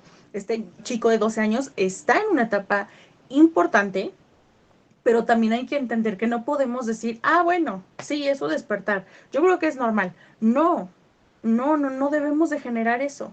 Debemos de entender que hay varios elementos, y sobre todo también en contexto, porque hablando en contexto, me he encontrado con páginas que ofrecen pornografía, por ejemplo en los videojuegos, que entonces pícale aquí, ¿no? Y te lleva un video. O también se ha detectado que hay ciertos grupos, incluso hasta de Facebook, donde se comparten videos ofílicos. Entonces no me sorprendería que quizá llegó a manos de este chico. Si los papás niegan que hay una conducta o que hay una situación, y aunque se comprobara, bueno, entonces ¿dónde? ¿Qué consume? ¿Qué hay alrededor? Y sobre todo internamente, ¿cuál es el significado de la práctica que está haciendo? Entonces sí hay mucho trabajo que hacer con el chico. Entonces me parece que decir, bueno, no es de nuestra incumbencia, ya que lo eduquen sus papás, pues no. ¿Dónde quedamos todos como sociedad? Puede ser el amigo de mi hijo, de mi hija, de mi vecino, o sea, debemos de entender eso. Y debemos de poder generar también esta ayuda para los que también no saben o dicen, bueno, ¿qué puedo hacer? Porque aparte es algo también difícil de procesar. No es algo que sea esperado, ¿no? No es algo que digamos, ok, es muy común hablar de este tema. Pero bueno. Punto número siguiente. Los psicólogos utilizan método científico para recopilar, analizar e interpretar también conjuntamente, con evidencias. No decirle, oiga, ¿qué evidencias tiene de su estado de ánimo? No. ¿Qué puedo yo generar como evidencia para empezar a generar estos criterios según mi manual? Porque no voy a decir, según yo, tiene depresión. No, hay un manual que es usado por los que debemos de ser, que somos los psicólogos, psiquiatras, y entonces, ¿cómo voy a encuadrar este diagnóstico? ¿No? Es muy importante. 4. Emplear el método científico nos permite generar estos datos empíricos de manera objetiva, lo que suma esa acumulación de conocimiento. Parte también de trabajar nosotros en el área clínica, también es entender que necesitamos trabajar de forma objetiva. Hay memes que son bien divertidos que dicen, estudié psicología porque me gusta el chisme, ¿no? Pero no es así. No debemos de determinar eso. No es de chisme. ¿Qué voy a hacer cuando alguien me está contando, por ejemplo, su vida de cómo fue tratada por sus parejas? ¿No sería correcto si yo digo, ay, no, ¿y luego qué pasó? ¿Y si volviste con él? O sea, ese tipo de preguntas lo he visto, malas praxis, no debemos de hacer. Cuando nosotros vamos a generar esta recopilación de información de una situación, para empezar, generar aquí nuestra estructura, por eso es muy importante que nosotros también nos llenemos de actividades que fomenten nuestra habilidad mental. Eso es algo muy importante. Porque también muchas veces, y más cuando vamos empezando, nos hacemos bolas, ¿no? Ay, es que dijo esto de su papá, ¿cómo se llama su papá? ¿No? Entonces volvemos a preguntar, oye, ¿cómo me dijiste que se llama tu papá? ¿No? La capacidad para retener información y saber qué voy a hacer con esta información. Ya me dijo que fue abusada a los 6 años, ¿qué pregunta sigue? ¿Qué voy a decir? ¿Cuál es la retroalimentación que la persona espera? Entonces, de este ejemplo, este punto es el que habla. Vamos a sacar datos empíricos, pero hay que hacerlo de forma objetiva. Tiene un propósito el saber qué pasó después de esto, qué pasó después del abuso. No, pues le dije a mi mamá y ok, y entonces experimenté tristeza y yo creo que, ok, sabes o te acuerdas cuánto fue el tiempo. No, pues yo creo que como todo mi ciclo escolar, cuánto duró un ciclo escolar. O sea, todo eso debemos de entenderlo, porque no vamos a decir, oye, ¿cuántos días? No, debemos de entenderlo. Hay situaciones que lo tienen bien presente los usuarios y si te lo dicen, yo creo que como 3 semanas. Ah, ok. Pero si te dicen, bueno, cuando empezó otoño, bueno, cuando en diciembre, ¿no? Cuando hicimos posada, ah, ok, sabes que está hablando de diciembre y ahora sí, bueno, mi siguiente pregunta es, ¿qué día, no? ¿Cuándo lo notaste? O sea, todo eso nos va a generar esa información. Siguiente punto, los fenómenos psicológicos son complejos. Hacer predicciones sobre de ellos es difícil, debido a que hay diferencias individuales y porque se determinan multiplicadamente en diferentes niveles de explicación. Aquí es algo muy importante. Cuando nosotros hacemos una evaluación y dependiendo para quién nos los esté solicitando, muchas veces nos dicen, psicóloga, ¿cuál es su pronóstico? De todo esto que usted nos dijo, la información, la metodología que usó, todos estos elementos que nos planteó, ¿cuál es su pronóstico? Y el pronóstico no es, ah, pues le va a ir bien. Yo digo que con 3 semanas de terapia le va a ir bien, va a estar mejor, se va a... No. ¿Cuál es el pronóstico según la categoría en la que está la persona? Si hubo un diagnóstico y si hablamos, por ejemplo, de depresión mayor, ¿cuál sería este pronóstico? Cuando hablamos de pronóstico, se describe este hecho que fue encontrado y esas causales y consecuencias de este estado.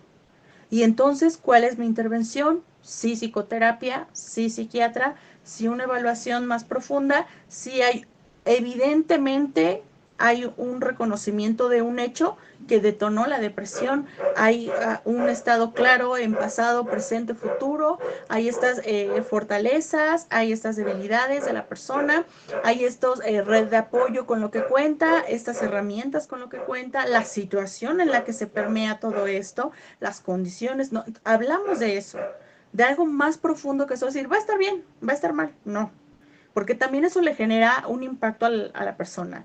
Yo siempre les digo, desde el momento en que dicen voy al psicólogo, se sientan, no sé si les ha pasado cuando ustedes van al médico y entonces nos sentimos tan mal, pero llegamos, vemos al médico y como que nuestro cuerpo dice, ah, vamos a estar bien porque ya llegamos. Muchas veces eso le pasa a los usuarios con el simple hecho de ir, y a veces también es malo, ¿verdad? Es algo contraproducente, perdón, porque dicen, bueno, fui una vez, ya me dijo o me explicó que necesito, yo digo que no, yo digo que lo que necesito es esto, ¿no? Y ya no regresan. Pero muchas veces llegan y, bueno, pues es que también no conozco cómo trabajan los psicólogos, ¿no?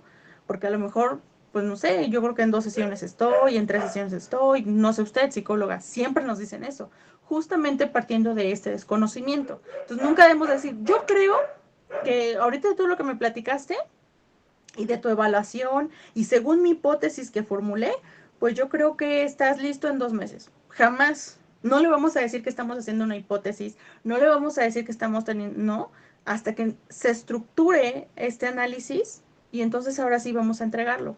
Vamos a proponer nuestro plan de trabajo, porque muchas veces, ok, bueno, según la situación o la gravedad de la situación, por ejemplo, cuando yo trabajaba con mujeres víctimas de violencia, justamente nos decían, ¿sabes qué? Manejamos aquí terapia breve, ¿no? Entonces, terapia breve hablábamos de 15 sesiones.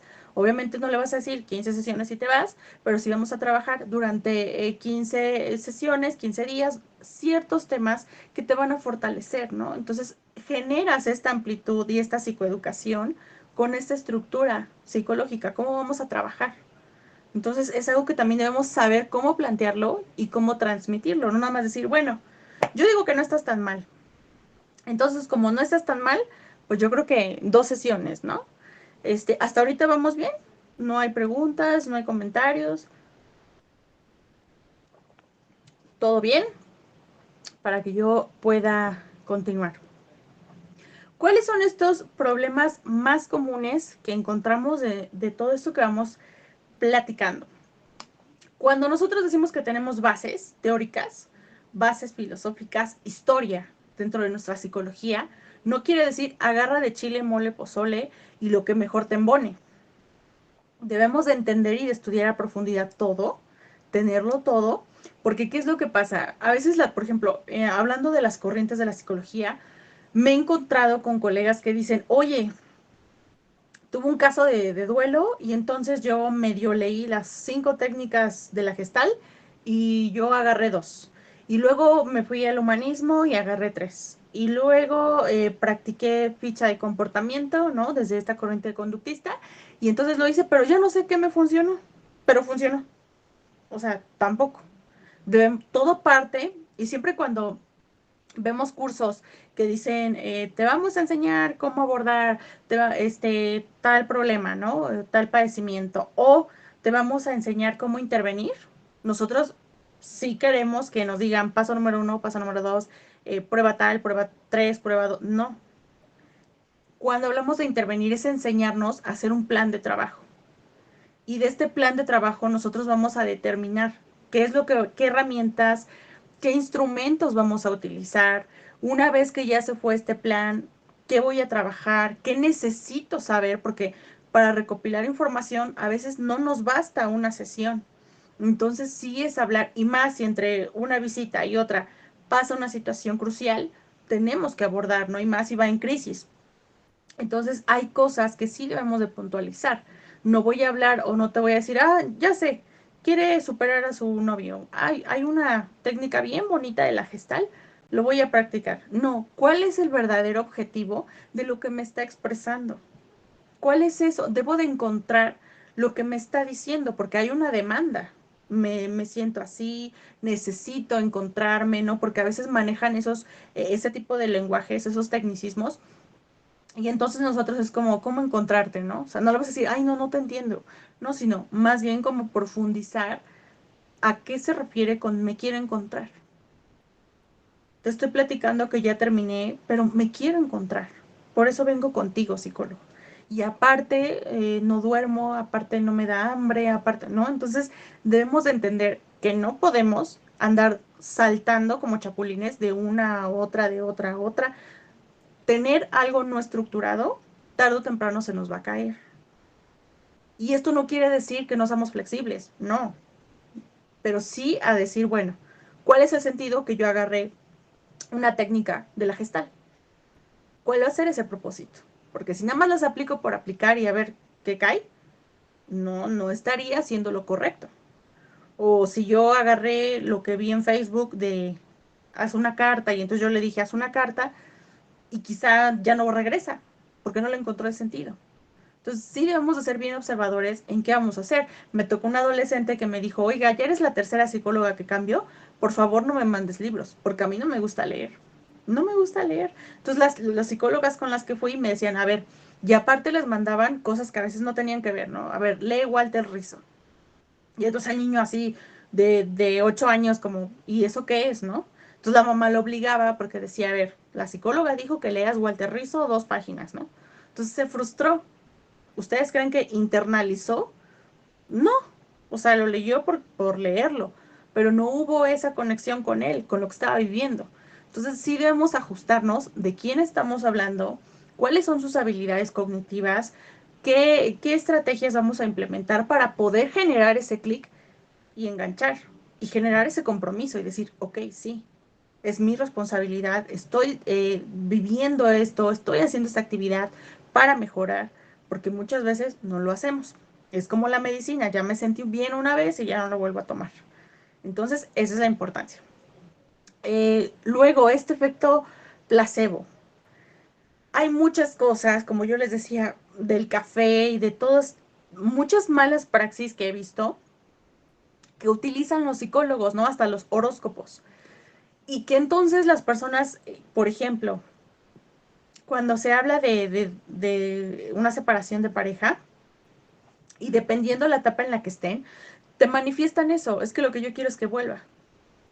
Y entonces he visto que dicen, ah, bueno, entonces vamos a ver qué dice tu horóscopo. Te leo las cartas y entonces te digo, o sea, no, debemos de ser muy conscientes de la situación que estamos hablando. Por ejemplo, no podemos decir, sí, extrañalo, cuando fue una situación de violencia. Yo creo que en una situación de violencia sí se debe de abordar de diferente forma. Debemos de empatizar con lo que nos está manifestando, por supuesto.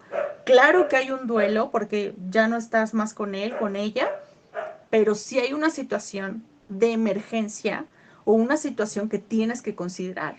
Te separaste por un tema de violencia. Muchas veces no vamos a decirles lo que quieren escuchar, pero sí lo que necesitan escuchar. Que su vida está en riesgo, que deben de pedir ayuda, que deben de conseguir redes de apoyo que estén más fortalecidas. Eso sí deben de escuchar. Entonces hay que generar esa diferenciación y no darles para generar este efecto placebo y decir, ah, no, pues sí, sí me quiso. Ay, no, pues sí, sí me extraña, ¿no?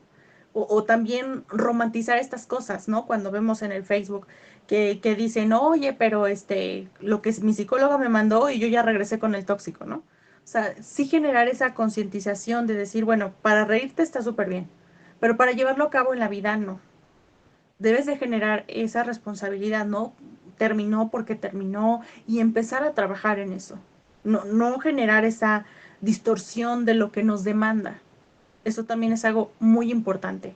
Hay que también tomar responsabilidad con eso, porque en caso de ser necesario, van a decir, ok, ¿cuál fue tu intervención? Sabías que vivía en una situación de violencia y tú le dijiste que le diera otra oportunidad. O quizá tú le dijiste, bueno, pues ahora pon tú de tu parte y trabajen en pareja cuando no era la opción, ¿no? Cuando hablábamos de violencia y violencia extrema. Entonces sí debemos de tomar eso a consideración de cada quien y con responsabilidad. Punto número último, la confidencialidad. Cuando nosotros hablamos de confidencialidad, es justamente eso. Muchas veces los usuarios pierden esa confianza porque entonces tú ya le estás hablando de otro paciente, ¿no? Y es que entonces él es más listo que tú y entonces esto y ya se distribuye la información y ya todo el mundo lo sabe, ¿no? También hay que fijarnos mucho, ¿no? En la casa donde yo vivía, me decía una persona, oye, quiero ir contigo, pero tengo miedo. ¿Por qué? Yo tenía mi consultorio ahí. ¿Por qué? Es que yo con otra persona, pues fui a trabajar la parte que yo creo que tengo que trabajar y confié y yo le dije muchas cosas y cuando me di cuenta, ya en la cuadra todo el mundo lo sabía. Todo el mundo sabía que yo había engañado a mi marido y esto y esto y esto y entonces, lejos de fortalecerme, hasta me ocasionó más problemas. Entonces sí debemos de tener mucho cuidado con lo que nos cuentan. Otro tema aquí en la confidencialidad, por ejemplo, en los niños.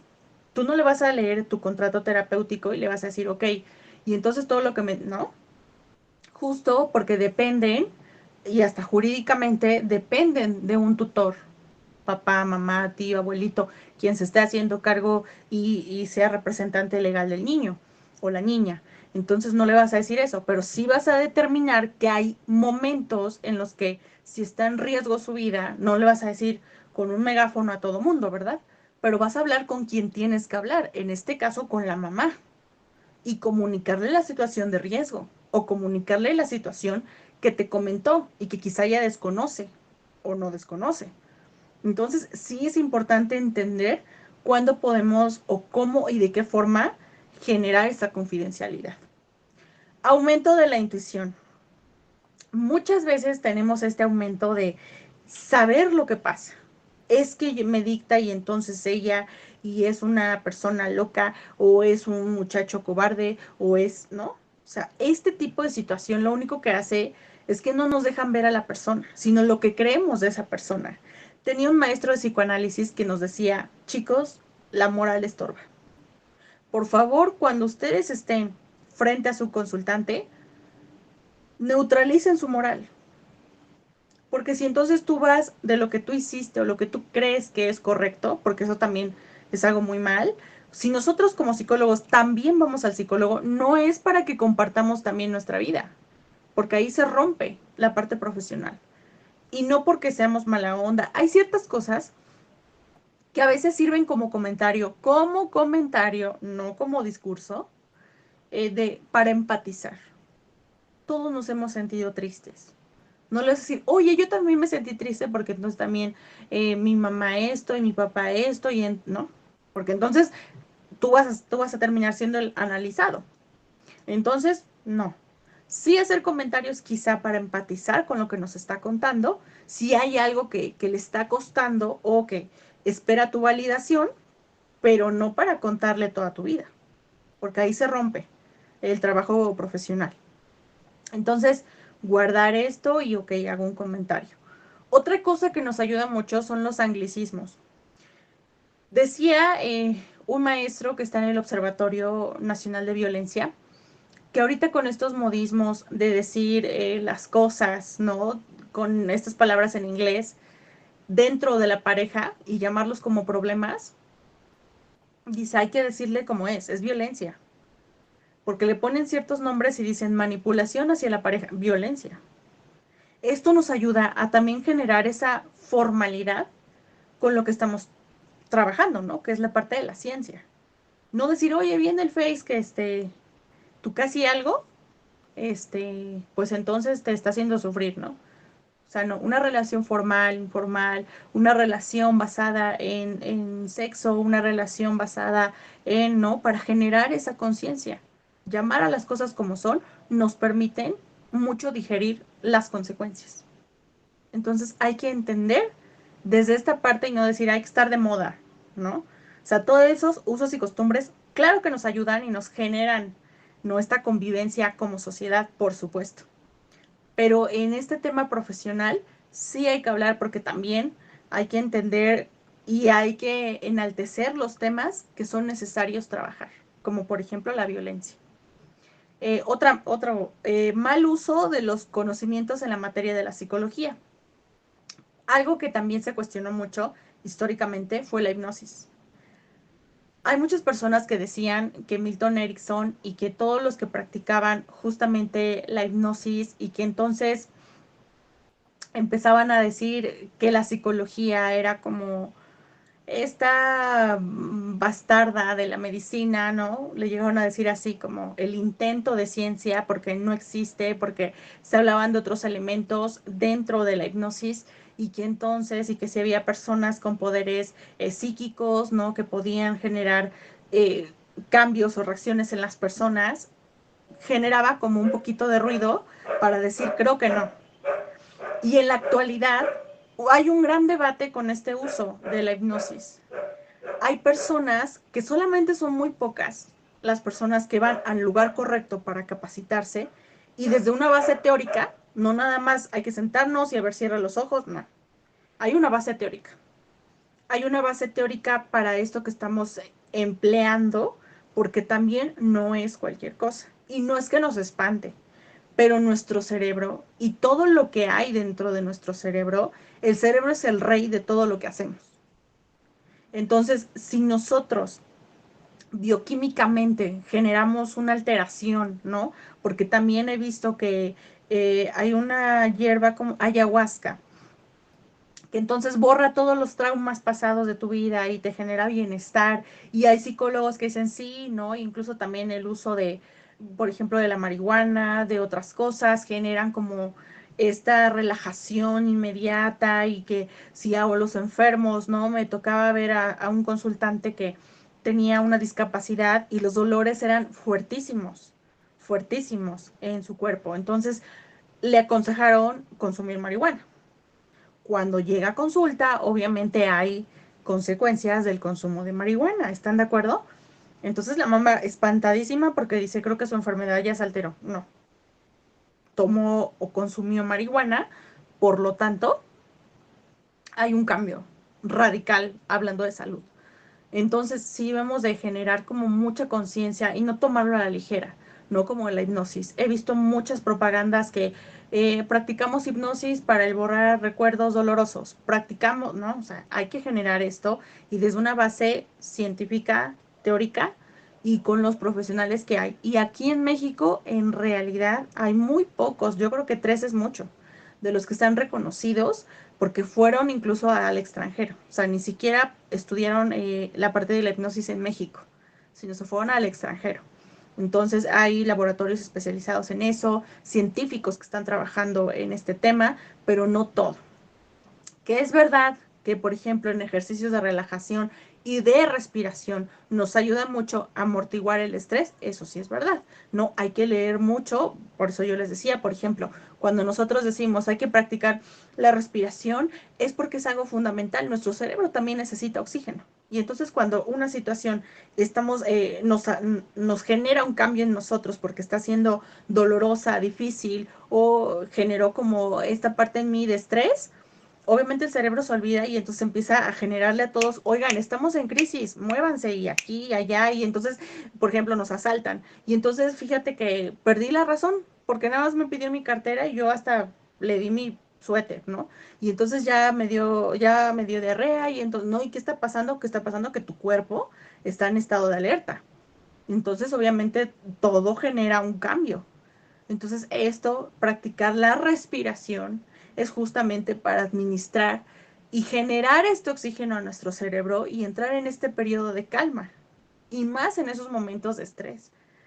Eso sí forma parte de esto, ¿no? Entonces hay que leer más de esto, pero sí hay que entender que debe tener una base teórica para no generar esta extensión en la psicología y que la gente de repente, si así les cuesta o nos cuesta decir, ok, para promover salud mental, porque también ese debe ser nuestro objetivo como profesionales de la salud, promocionar la salud mental, pues la gente se olvida, porque la gente dice, bueno, pues si los psicólogos usan cosas bien sin fundamento, cosas que no tienen importancia, sí, pues yo lo puedo hacer desde mi casa, ¿para qué voy al psicólogo, no? Mejor veo un video de yoga, o mejor tomo ayahuasca, o mejor esto, mejor no.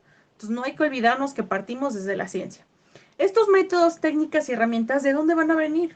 ¿Cómo vamos a saber? Bueno, estas van a determinar esta técnica necesaria que tienen como objetivo producir una información en concreto sobre una persona, situación, el problema, lo mismo que nos demandó, etcétera, para revelar esta historia o este concepto de sufrimiento de la persona, todo lo que nos ha manifestado.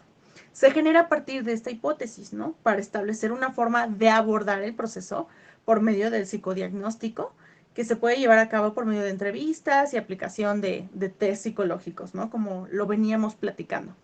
Hay un método clínico dentro de la psicología que está estudiado y abordado desde diferentes perspectivas y por internet vamos a encontrarlo de diferentes formas. Pero hay que identificar que hay tres momentos principales, esenciales, para poder adentrarnos justamente a este análisis global de la persona. Es el primer momento. ¿Qué ocurre aquí en el primer momento?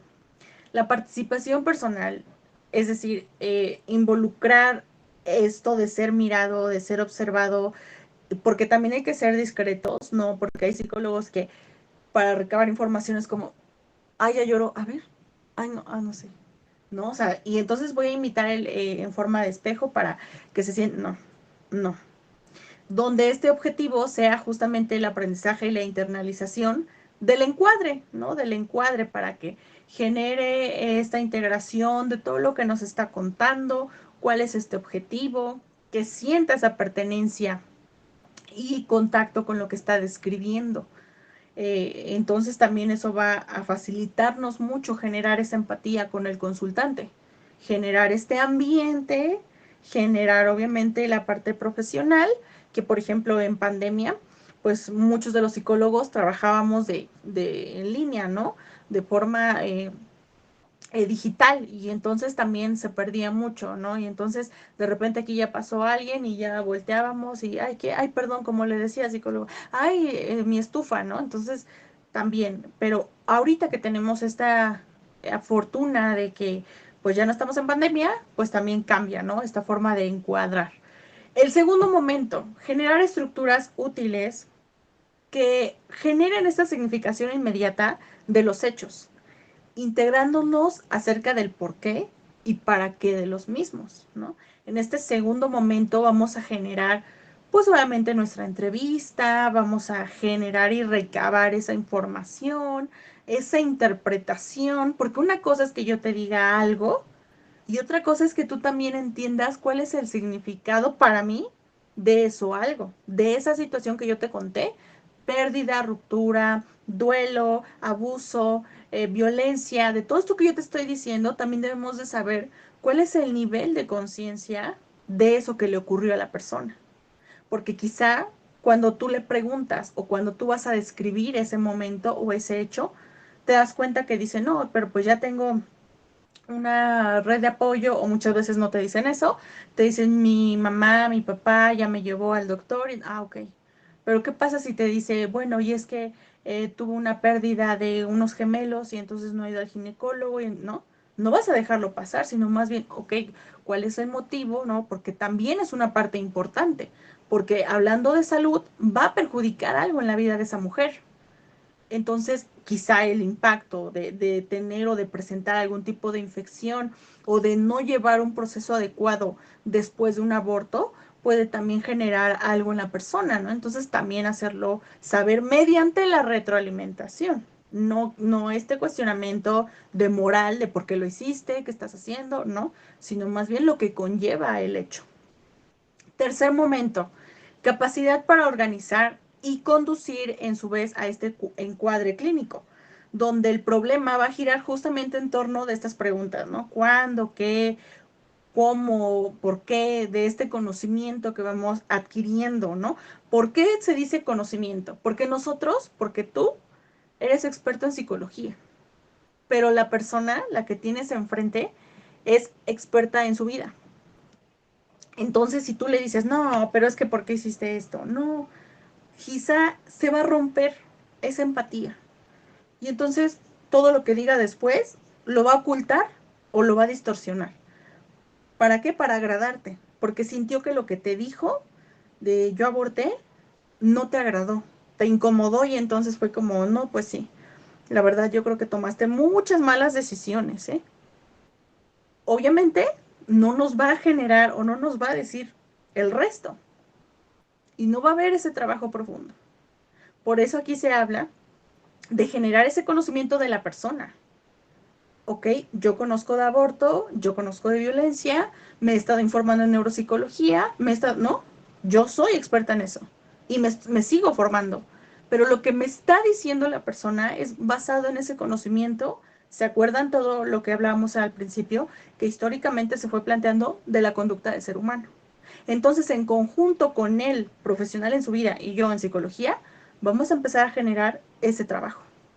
Porque si yo me planto en esta postura de no, pues yo soy doña Chicles y aquí mis chicharrones truenan y si yo digo que estás mal, no vamos a generar absolutamente nada con el consultante. Entonces debemos de tener en claro estos tres puntos importantes, sí. Mediante que también nos va a ayudar a fortalecer nuestros conocimientos en psicología. La historia de casos. Cuando nosotros vemos historia de casos, y búsquenlo en internet, ¿no? Incluso hasta las noticias. Las noticias, por ejemplo, a las personas que nos gusta trabajar en tema de psicología forense, clínica, educativa, ¿no? Justamente con empezar a ver programas, justamente las noticias y cómo se llamó la persona y etcétera, nos fomenta mucho este análisis, de no nada más ver las cosas de forma superficial, sino de generar esa profundidad y de determinar, ok, fue este escenario previo a la situación de violencia. Ok, hay una gran diferenciación de, por ejemplo, este estado a otro estado. Ok, ya entendí. Justamente dentro de este tema está la indefensión aprendida, nos ayuda a generar justamente esta información extensa para poder determinar la problemática porque muchas veces los psicólogos o no sabemos o quizá también se nos pasa generar esta problemática. Y entonces en nuestro motivo de consulta ponemos motivo de consulta, se pelea con sus papás. Bueno, ese fue el hecho. El se pelea con sus papás fue la situación. No es el motivo de consulta, no estás analizando qué pasó ahí, qué relación hay una con otra, cuál es la percepción de eso que pasó, cuál es su nivel de conciencia, cuál es esa determinación que tiene para ahora, en este momento, asistir contigo y no hace 2 meses, no antes de la discusión. Entonces, todo eso genera eso, ¿mediante qué? La historia de casos, ¿no? Que también podemos verlo muchas veces en algunos libros de psicología. Encontré uno, pero no se puede descargar, obviamente por propiedad de autor. Lo voy a buscar, cómo se llamaba, pero sí generaba, sobre todo en temas de trastornos alimenticios. Entonces explicaba el caso, cambiando obviamente el nombre, pero sí puntualizaba toda la información que necesitamos, ¿no? Desde su nacimiento, la etapa educativa, porque ya era una persona adulta, entonces todo esto, y nos sirve a nosotros para decir, ah, ok, ¿qué información debo de preguntar? Si ya nos dijo, ok, sí, no te va a decir, creo que tengo un problema de trastorno de ánimo. No, te va a decir, es que no entiendo. O un día estoy así, o el otro día estoy así, y no vas a decir, un día así, no. A determinar puntualmente y sobre todo esos datos para empezar a encuadrar y dar esa correcta retroalimentación. Porque muchas veces no vas a llegar con ese diagnóstico, por ejemplo, si lo vas a remitir a trabajo social o si lo vas a remitir con un psiquiatra, si el psiquiatra o el trabajador social o quien tú quieras, un neuropsicólogo o un psiquiatra, si lo va a leer va a decir cómo. O sea, como aquí el psicólogo me está diciendo que de 2 a 3 veces, o sea, ¿qué? 2 a 3 veces qué, presencia de qué, ¿no? Entonces, generar esa sintomatología y diferenciar la sintomatología de los signos, porque muchas veces no vemos eso y entonces se nos pasa y lo único que hacemos es determinar en base a lo que me describió. Lo que me describió aporta mucho, pero también aporta mucho justamente esta elocuencia, lo que observo, lo que empezamos a generar esta información, ¿no? A cotejar. Entonces eso es algo muy importante y es algo que determina, y créanme que a veces la actitud que nosotros podamos tener ante cualquier situación también nos ayuda mucho. Fíjense, yo les voy a contar algo muy personal. Yo trabajaba en una comunidad y en una comunidad, hay que también entrar en contexto, es mal visto que las mujeres trabajen y es mal visto que las mujeres que son mamás generen esa desconexión con sus hijos en todos los sentidos para irse a trabajar. Es decir, que no cumplan con su maternidad descrita por la comunidad. Entonces, ahí los problemas se arreglaban con el juez de paz. No hay DIF, no hay esto, no hay el otro, o más bien, en esta costumbre no hay la ayuda de un profesional. Entonces van con el juez y yo trabajaba con el juez. Entonces, de repente llegaba la persona demandante, que era la parte contraria, la parte de su ex esposo, porque aparte ya se habían separado, y entonces decían, pero es que esta mujer, entonces no, y entonces ella callada, callada, no decía nada, le preguntaban, bueno, a ver, de todo lo que está diciendo tu ex suegra, pues coméntanos, ¿no? ¿Cuál es tu pensar? Porque abandonaste a tus hijos, ¿no? Porque aparte el juez también era como de, pero ¿por qué? ¿Por qué lo abandonaste? ¿No? Entonces apenas ella iba a hablar y el reclamo, y el reclamo, y el reclamo. Y no quería hablar, empezó a llorar. Empezó a llorar y entonces todo el mundo estaba como en su contra. Entonces, a una segunda sesión, yo le aconsejé al juez de paz, ¿sabe qué? Yo creo que hay que hablar de forma, una, empática y dos, individual. Porque no nos está diciendo la razón. Nosotros o ustedes quieren escuchar una razón, pero me parece que hay más detrás de todo esto, más del abandono de sus hijos, hay algo detrás. Cuando hacemos esa segunda reunión fue de forma individual y fue escucharla, ¿no? Fue como de, hola, ¿cómo estás? De lo que se abordó en la primera cita que tuvimos con el juez de paz, la familia de tu ex marido.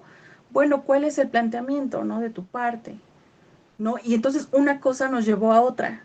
Y me decía el juez, oye, ¿cómo se hace eso? Escuchando, porque ella apenas quería hablar y, bueno, no, pero es que tú estás mal. estás completamente equivocada porque una mujer no abandona a sus hijos y entonces vas a tener, y las sanciones, esto, y vas a dar atención comunitaria por 2 meses y entonces le van a decir y te van a quitar la casa y te van a quitar a los... No. Entonces, cuando entendimos la situación, y ella aparte confesó algo, ¿no? Y confesó que sí trabajaba y fue una confesión porque, vuelvo a repetir, contextualmente no está permitido que trabajen y ella trabajaba de sexo servidora. Entonces, cuando nos empieza a contar a mí y al juez toda esta situación y que estaba viviendo violencia con una de sus parejas que encontró en su trabajo y que él le decía, sabes que vente conmigo y si no te vienes conmigo, esto. Entonces, entiendes todo ese contexto. Y ahora sí vamos a intervenir.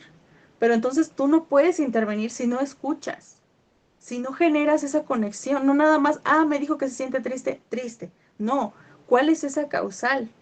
¿Cuál es esa interpretación de tristeza? Porque aquí entra otro elemento bien importante. No estamos trabajando como sociedad la parte de desarrollo emocional. Y entonces a veces nos cuesta diferenciar qué es tristeza, qué es angustia. Y entonces cuando te describe, porque muchas veces dicen, es que no sé ni cómo decirle. O sea, no sé cómo expresar lo que siento. Y cuando tú le dices lo primero que se te ocurre, y empieza a escribir, ok, estás enojado. Sí, sí, estoy muy enojado. Bueno, yo pensé que era tristeza, porque no, entonces también es algo bien importante. No nada más decir, ¿cómo te sientes? Triste. Y tú como psicólogo anotas tristeza. No, debes de generar ese análisis de, ok, está entendiendo que es tristeza, cuándo la siente, a qué hora la siente, frente a qué situación o todo el tiempo. O sea, esos elementos son bien importantes. Otra cosa que nos ayuda mucho son las encuestas, perdón, y los cuestionarios. ¿De qué? De cualquier tema que nos esté interesando o que estemos trabajando en él. Si estamos trabajando con adolescentes, hay muchos temas dentro de la adolescencia.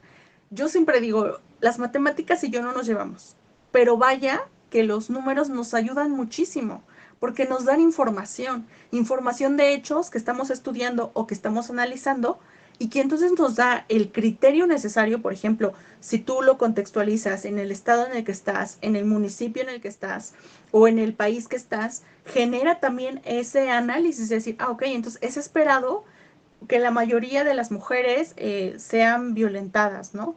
O es esperado que las personas con trastornos alimenticios generen esto, ¿no? Entonces, eso también genera información para ti como psicólogo, para que entonces tú puedas identificar cierta sintomatología, hablando en números y decir, ok, ¿cuál es lo más esperado? Y inclusive debajo de las encuestas muchas veces hay un seguimiento, ¿no? Te dicen si el 30% representa suicidio, bueno, en el suicidio se ha comprobado que falta atención o intervención en crisis, que falta medicamento psiquiátrico, que hace falta, ¿no? Entonces generas también un análisis nuevo e información y dices, ok, si se dice que en Puebla, en el ámbito médico psiquiátrico, estamos por debajo de la media, es decir, que el servicio no es bueno, que esto, quizá tú también pensarías en buscar psiquiatras particulares, ¿no? Porque justamente por esta información dirías, ¿qué tal si no hay ese apoyo con esta persona, con mi consultante, que no tiene la posibilidad? O sea, sí nos damos cuenta de que no nada más es venir y decir cómo te sientes, es generar todo esto, la observación natural, contrastar información desde nuestro contexto vivencial, desde los individuos. Observar no nada más es, ok, sí, la psicóloga tiene una blusa negra, perfecto. No, es cómo está gestionando su lenguaje. Está enojada, está angustiada, está triste, se percibe molesta, qué pasa con sus movimientos. Si yo te digo, no, hombre, no, es que hoy fíjate que fue un día súper triste, quizá vas a decir, pues no, no, o quizás sí, y de repente te cambia al final su discurso, pero me compré mi helado favorito y entonces ya estoy de nuevo pilas. Ok, no, genera esa congruencia de la cronología que nos está relatando. Ok, entonces también genera, otra cosa que genera mucho es esta observación, pero no desde tu postura. Es decir, si me está hablando que de elegir o en mi mente, para mí salir adelante o gestionar un trabajo o hacerme de un negocio es más viable que trabajar de sexo servidora, si ese es mi criterio, Y si alguien llega conmigo y me dice, oye, es que trabajo como sexo servidora, automáticamente el pensamiento va a decir, ay, ¿cómo? Ponte a vender pepitas. Es que eso es, o sea, mujer, ¿dónde está tu dignidad? Eso no es válido. No estoy observando su contexto, sino el mío.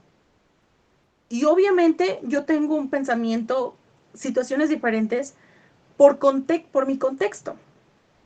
Nadie elige dónde nacer.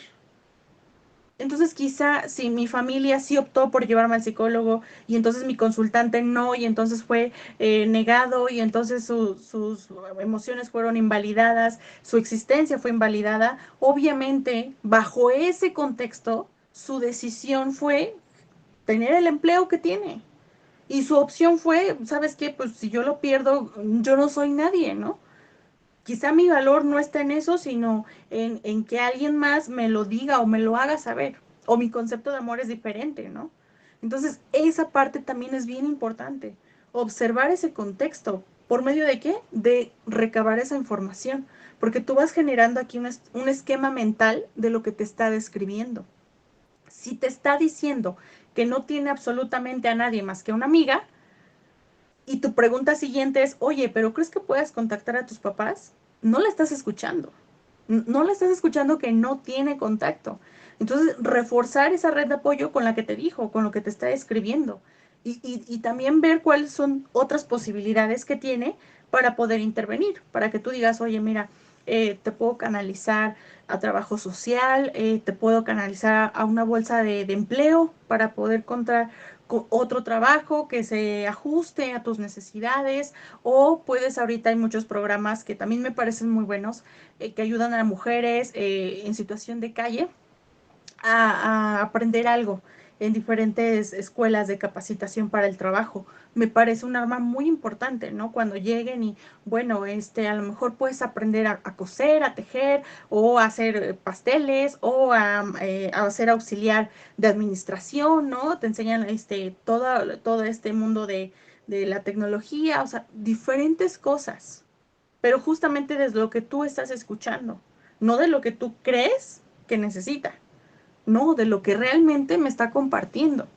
Entonces ahí sí estás generando ese trabajo desde esta psicología, desde esta ciencia. Las entrevistas. Desarrollar esta capacidad de entrevistar a alguien lleva mucho tiempo, colegas, pero no es imposible, es como el músculo. Si nosotros queremos tener un buen músculo, no nada más es un día y ahí ya me cansé, no, es diario, diario para fortalecer mi músculo, para poder identificar cuál es información importante y relevante. Por ejemplo, Sigmund Freud decía algo, la atención flotante. Durante su discurso, porque él decía, ¿no? La cura o se hace mediante la palabra, ¿no?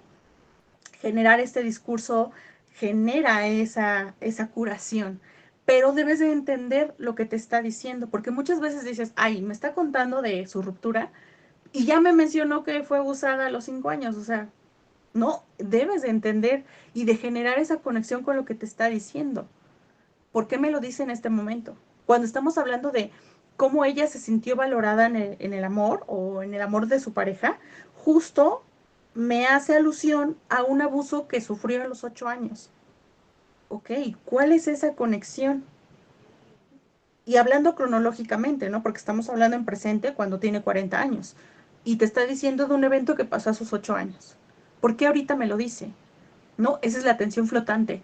Una maestra nos hacía el ejemplo. Si tú me preguntas, oye, ¿qué hiciste ayer en el parque? Y yo te digo, ay, en el parque hubo árboles, flores, un perro, sardina, y luego, o sea, ¿dónde está la atención? Ah, en sardina, porque sardina no tiene que ver con lo que te está narrando del parque, y entonces ahí puedes preguntar, puedes empezar a anclar ese o a evocar esa situación. ¿Y qué tan importante es? Por algo la mencionó. No hay esas casualidades de, ay, no sé por qué se me salió, ¿no? Hay justamente, ese es la psicología, entender por qué. Muchas veces, y más hay muchos compendios del psicoanálisis que me gusta, que habla un poquito más a profundidad del psicoanálisis, es obviamente retomando las teorías de Freud, pero justamente dice, ¿no? Que hasta nuestros síntomas físicos revelan algo reprimido y que entonces cuando llegamos a esta parte de generar esa curación o de empezar a entendernos, como que esos síntomas se hacen más evidentes, más presentes, y entonces sí, el cuerpo dice, oye, estamos mal. O sea, qué maravilloso es que tu cuerpo hable y que te diga, ya no podemos más. O sea, ya no puedes más. Y entonces se esparrama todo. Empieza este vómito emocional de absolutamente todo. Entonces, esto es verdad. ¿Por medio de qué? De una buena entrevista. Y de generar esa entrevista objetiva. Porque si nos contó algo que nos interesa, si dijo, ay, es que me compré un departamento y tenía piscina, y tú dices, ay, ¿y estaba tan grande la piscina? O sea, no, debemos de entender, incluso sí, no ser muy estructurados, y si vamos a generar un comentario quizá positivo, o decir, oye, te ves bien, ¿no? Si estás dando ese seguimiento, no debes decir, oye, ¿dónde compraste tu vestido? Es que yo quiero uno igual. Fíjate que yo ahorita vengo aquí y me bajo en el camión y camino tres, o sea, ¿no? Quizás sí hay un comentario uno que otro, ¿no? Para romper el hielo la primera vez, o la segunda sesión, o la tercera sesión, pero nunca abrir ese libro de nosotros hacia los consultantes, ¿no? También para evitar, y obviamente es parte de nuestra profesión, ¿no? Generar este trabajo asimétrico, no simétrico. ¿Cuáles son esas pruebas o esos instrumentos que nos permiten también recabar esa información? Se divide comúnmente en dos, las pruebas psicométricas y las pruebas proyectivas. Las pruebas psicométricas son procesos cognitivos, estudian nuestros procesos cognitivos, afectivos y de personalidad del sujeto. Las pruebas proyectivas mide procesos que forman parte del desarrollo del individuo, pero de forma cuantitativa. Vamos a obtener una cantidad, un percentil, y eso nos va a generar a una categoría. Y esa categoría va a describir ese resultado, ¿no? ¿Qué necesitamos aquí? Uno, saber qué pruebas a la actualidad, no de la que nos enseñaron en el año 2000, ¿no?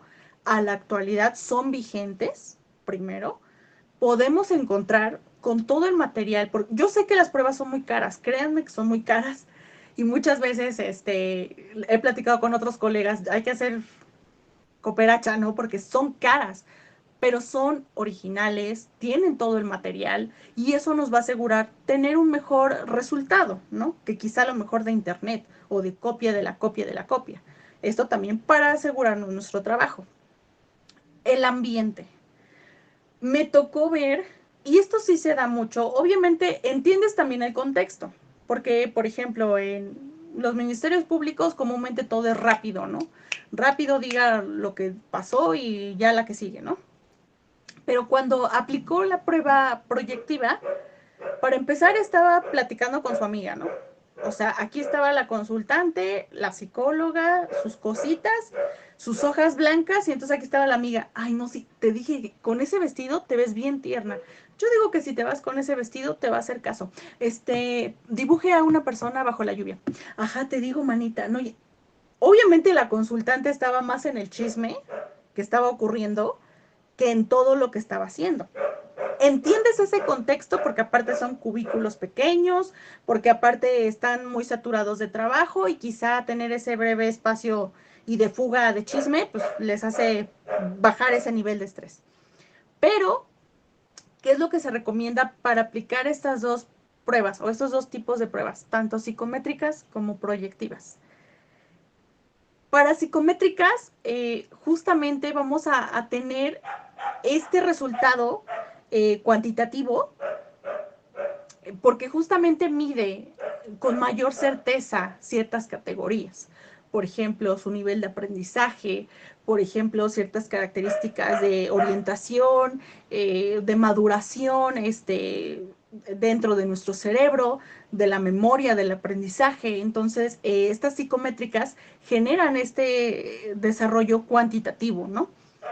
Entonces, sí es necesario generar un ambiente adecuado para que la persona no tenga distracciones, para que la persona tenga su material completo y no te diga, si por ejemplo estás aplicando Vender y hay varias pruebas y entonces tú le presentas una ficha y de repente dice, ay, me equivoqué, quiero goma, ¿dónde está? No, pues del otro lado.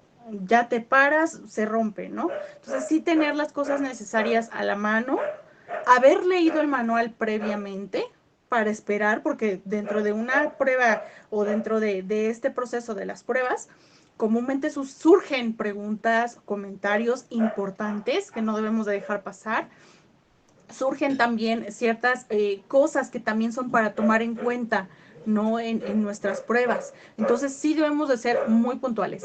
En las proyectivas de igual forma, ¿no? El HTP, que obviamente reflejan rasgos de nuestra personalidad, rasgos, porque muchas veces también no sabemos interpretar pruebas como la de HTP o la de persona bajo la lluvia. Cuando nosotros leemos el manual, y para los que hemos visto el manual, dice, ¿no? Trazo grueso, y empieza con las características. Entonces, si te piden a ti una evaluación, tú empiezas a anotar todas las características. No, eso genera también ese análisis con lo que pasó durante la prueba, tu entrevista, la situación o motivo de consulta, todo eso lo vas a generar, porque también algo que nos pasaba en las prácticas en la universidad, cuando decían tendencias, por ejemplo, agresivas. Y entonces tú dices, ay, soy agresivo, no, ¿cómo? Si eso no va con mi personalidad.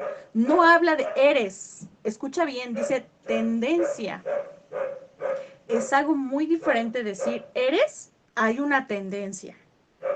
¿Ok? Entonces sí hay que entender, para aplicar pruebas psicométricas y proyectivas o clinimétricas o las que encontremos en el Internet, debemos de ver su validación, si hasta la actualidad todavía son viables, si también hay ciertas modificaciones, bueno, pues leer el nuevo manual, entender cómo yo voy a generar mi análisis comparativo con mis otros instrumentos, la entrevista, quizá fue una referencia, ¿no? De lo que me dijeron, ¿no? Como les comentaba del niño con TDAH, o sea, para generar ese análisis, ¿no?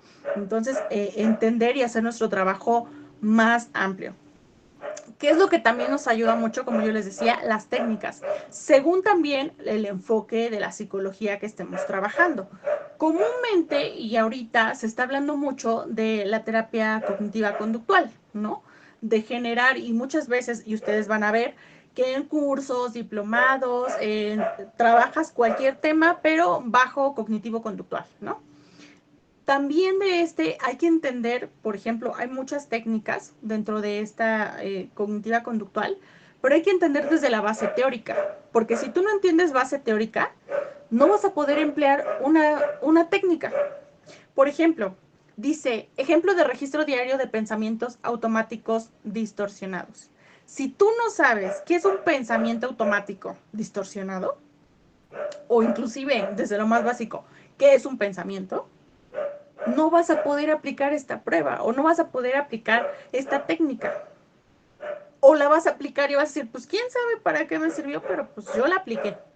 No, debemos de entender que justamente parte, muchas veces decimos que una técnica es para generar un estado de alivio, para generar la conexión con la persona y la situación que está viviendo y que se refleje y que llegue el insight, ¿no? Y que diga, ah, sí, claro, ya entendí.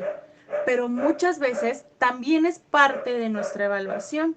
¿Por qué? Porque si estamos hablando de una situación, por ejemplo, de ansiedad, y entonces ella manifiesta, ella o él o el niño o la niña manifiestan ciertos pensamientos recurrentes que generan inestabilidad, que generan estrés, que generan angustia, que generan temor, que generan miedo, debo de aplicar una técnica durante de aquí a nuestra próxima visita que sea visible de forma cronológica, o sea, del día lunes al martes al sábado, para ver en qué situación. Entonces, aplicar ahora sí esta ficha de registro.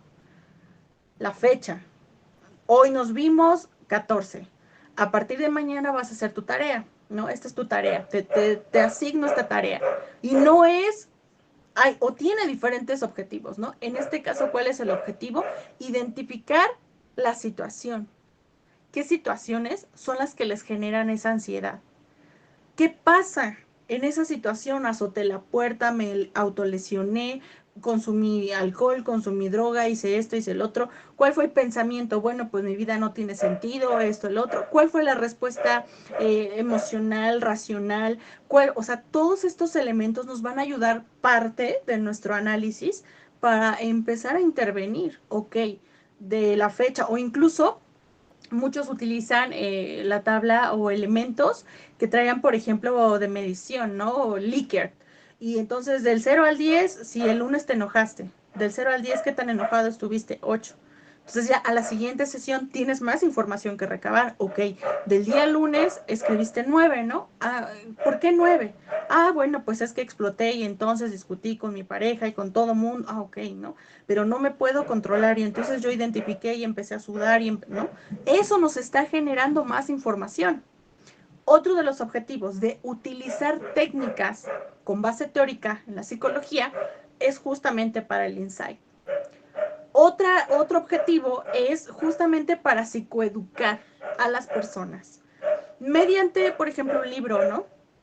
De hablar, por ejemplo, si estamos hablando de temas de violencia, pues recomendar un libro o una actividad que entienda o que encamine a la persona a este mundo de la indefensión aprendida, del ciclo de la violencia, etcétera. Entonces, estos tres objetivos de estas pruebas hay que tenerlas bien en clara. Una, para recabar información. Dos, para propiamente insight.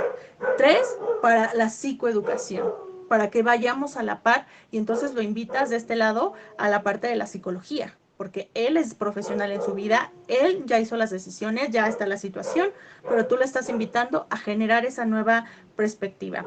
¿Cuáles son? Podemos encontrar muchos manuales, muchas veces nos ofrecen nada más la ficha técnica, no hay como tal una estructura, hay que tener también cuidado de eso y de preferencia que sí exista la ficha técnica. Yo les presento esto como ejemplo. Es un manual de técnicas de intervención cognitiva conductual.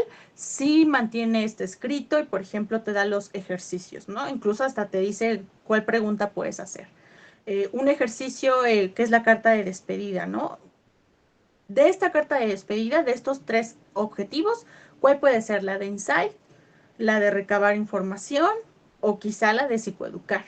Entonces sí, identificar y decir cuál es mi objetivo de ponerlo esto ahora. Otro también es el cuadernillo, por ejemplo, de pérdidas y duelos, que eso también nos genera mucho insight a lo que estamos viviendo, a aceptar lo que estamos viviendo, porque existe, por ejemplo, en esta segunda etapa que es la negación, de decir, bueno, ¿qué estoy pasando? Incluso hasta sentir esta tristeza, este dolor, este llanto, pues a veces en las personas no es permitido, ¿no? Entonces sí, entender que genera esa conexión con sus emociones nos ayuda mucho, ¿no?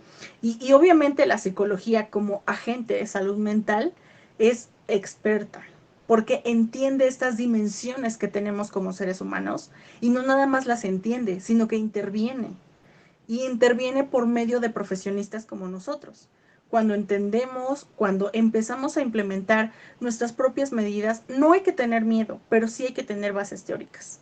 Cuando nosotros diseñamos o rediseñamos, porque también cada psicólogo tiene su forma de emplear técnicas, estrategias, también dicen, bueno, es que yo lo diseñé, ¿no? Según la persona, según la información que recabé, según la información que tengo, según esto, análisis de casos, etcétera, yo implementé esta prueba o implementé este instrumento para recabar más información, para trabajar ciertos temas, pero nunca partir del limbo, partir siempre de las bases teóricas y de identificar mediante qué corriente voy a abordar ese tema importante.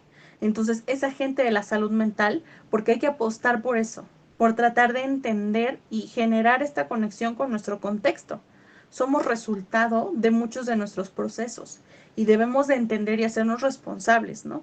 De generar este sentimiento de bienestar en las personas. No de vender la salud mental como ser feliz todo el tiempo, no, sino de generar este equilibrio para que podamos identificar cuando algo no está bien, cuando nos sobrepasa una situación, cuando nos ocurre algo inesperado, cuando tenemos una problemática en la familia o la persona misma, y obviamente también trabaja bajo diferentes circunstancias, ¿no? La violencia, adicción, trastornos de alimentación, entre otras, ¿no? Incluso también dentro, y apuesta mucho por entender esa reinserción social de las personas que cometen delitos. Yo que soy muy afina a este tema de la psicología forense y justamente de entender muchas cosas, pues también apuesta por eso, ¿no? Por empezar a regenerar ciertas estructuras sociales, psicológicas de las personas que cometen delitos. Entonces esto nos ayuda muchísimo a entender y a generar esa promoción de salud mental. Entonces espero que esta tarde se hayan llevado algo de esto que platicamos el día de hoy. Un gusto estar con todos ustedes y pues bueno, que seamos más en este camino y convencidos de promover la salud mental. Gracias.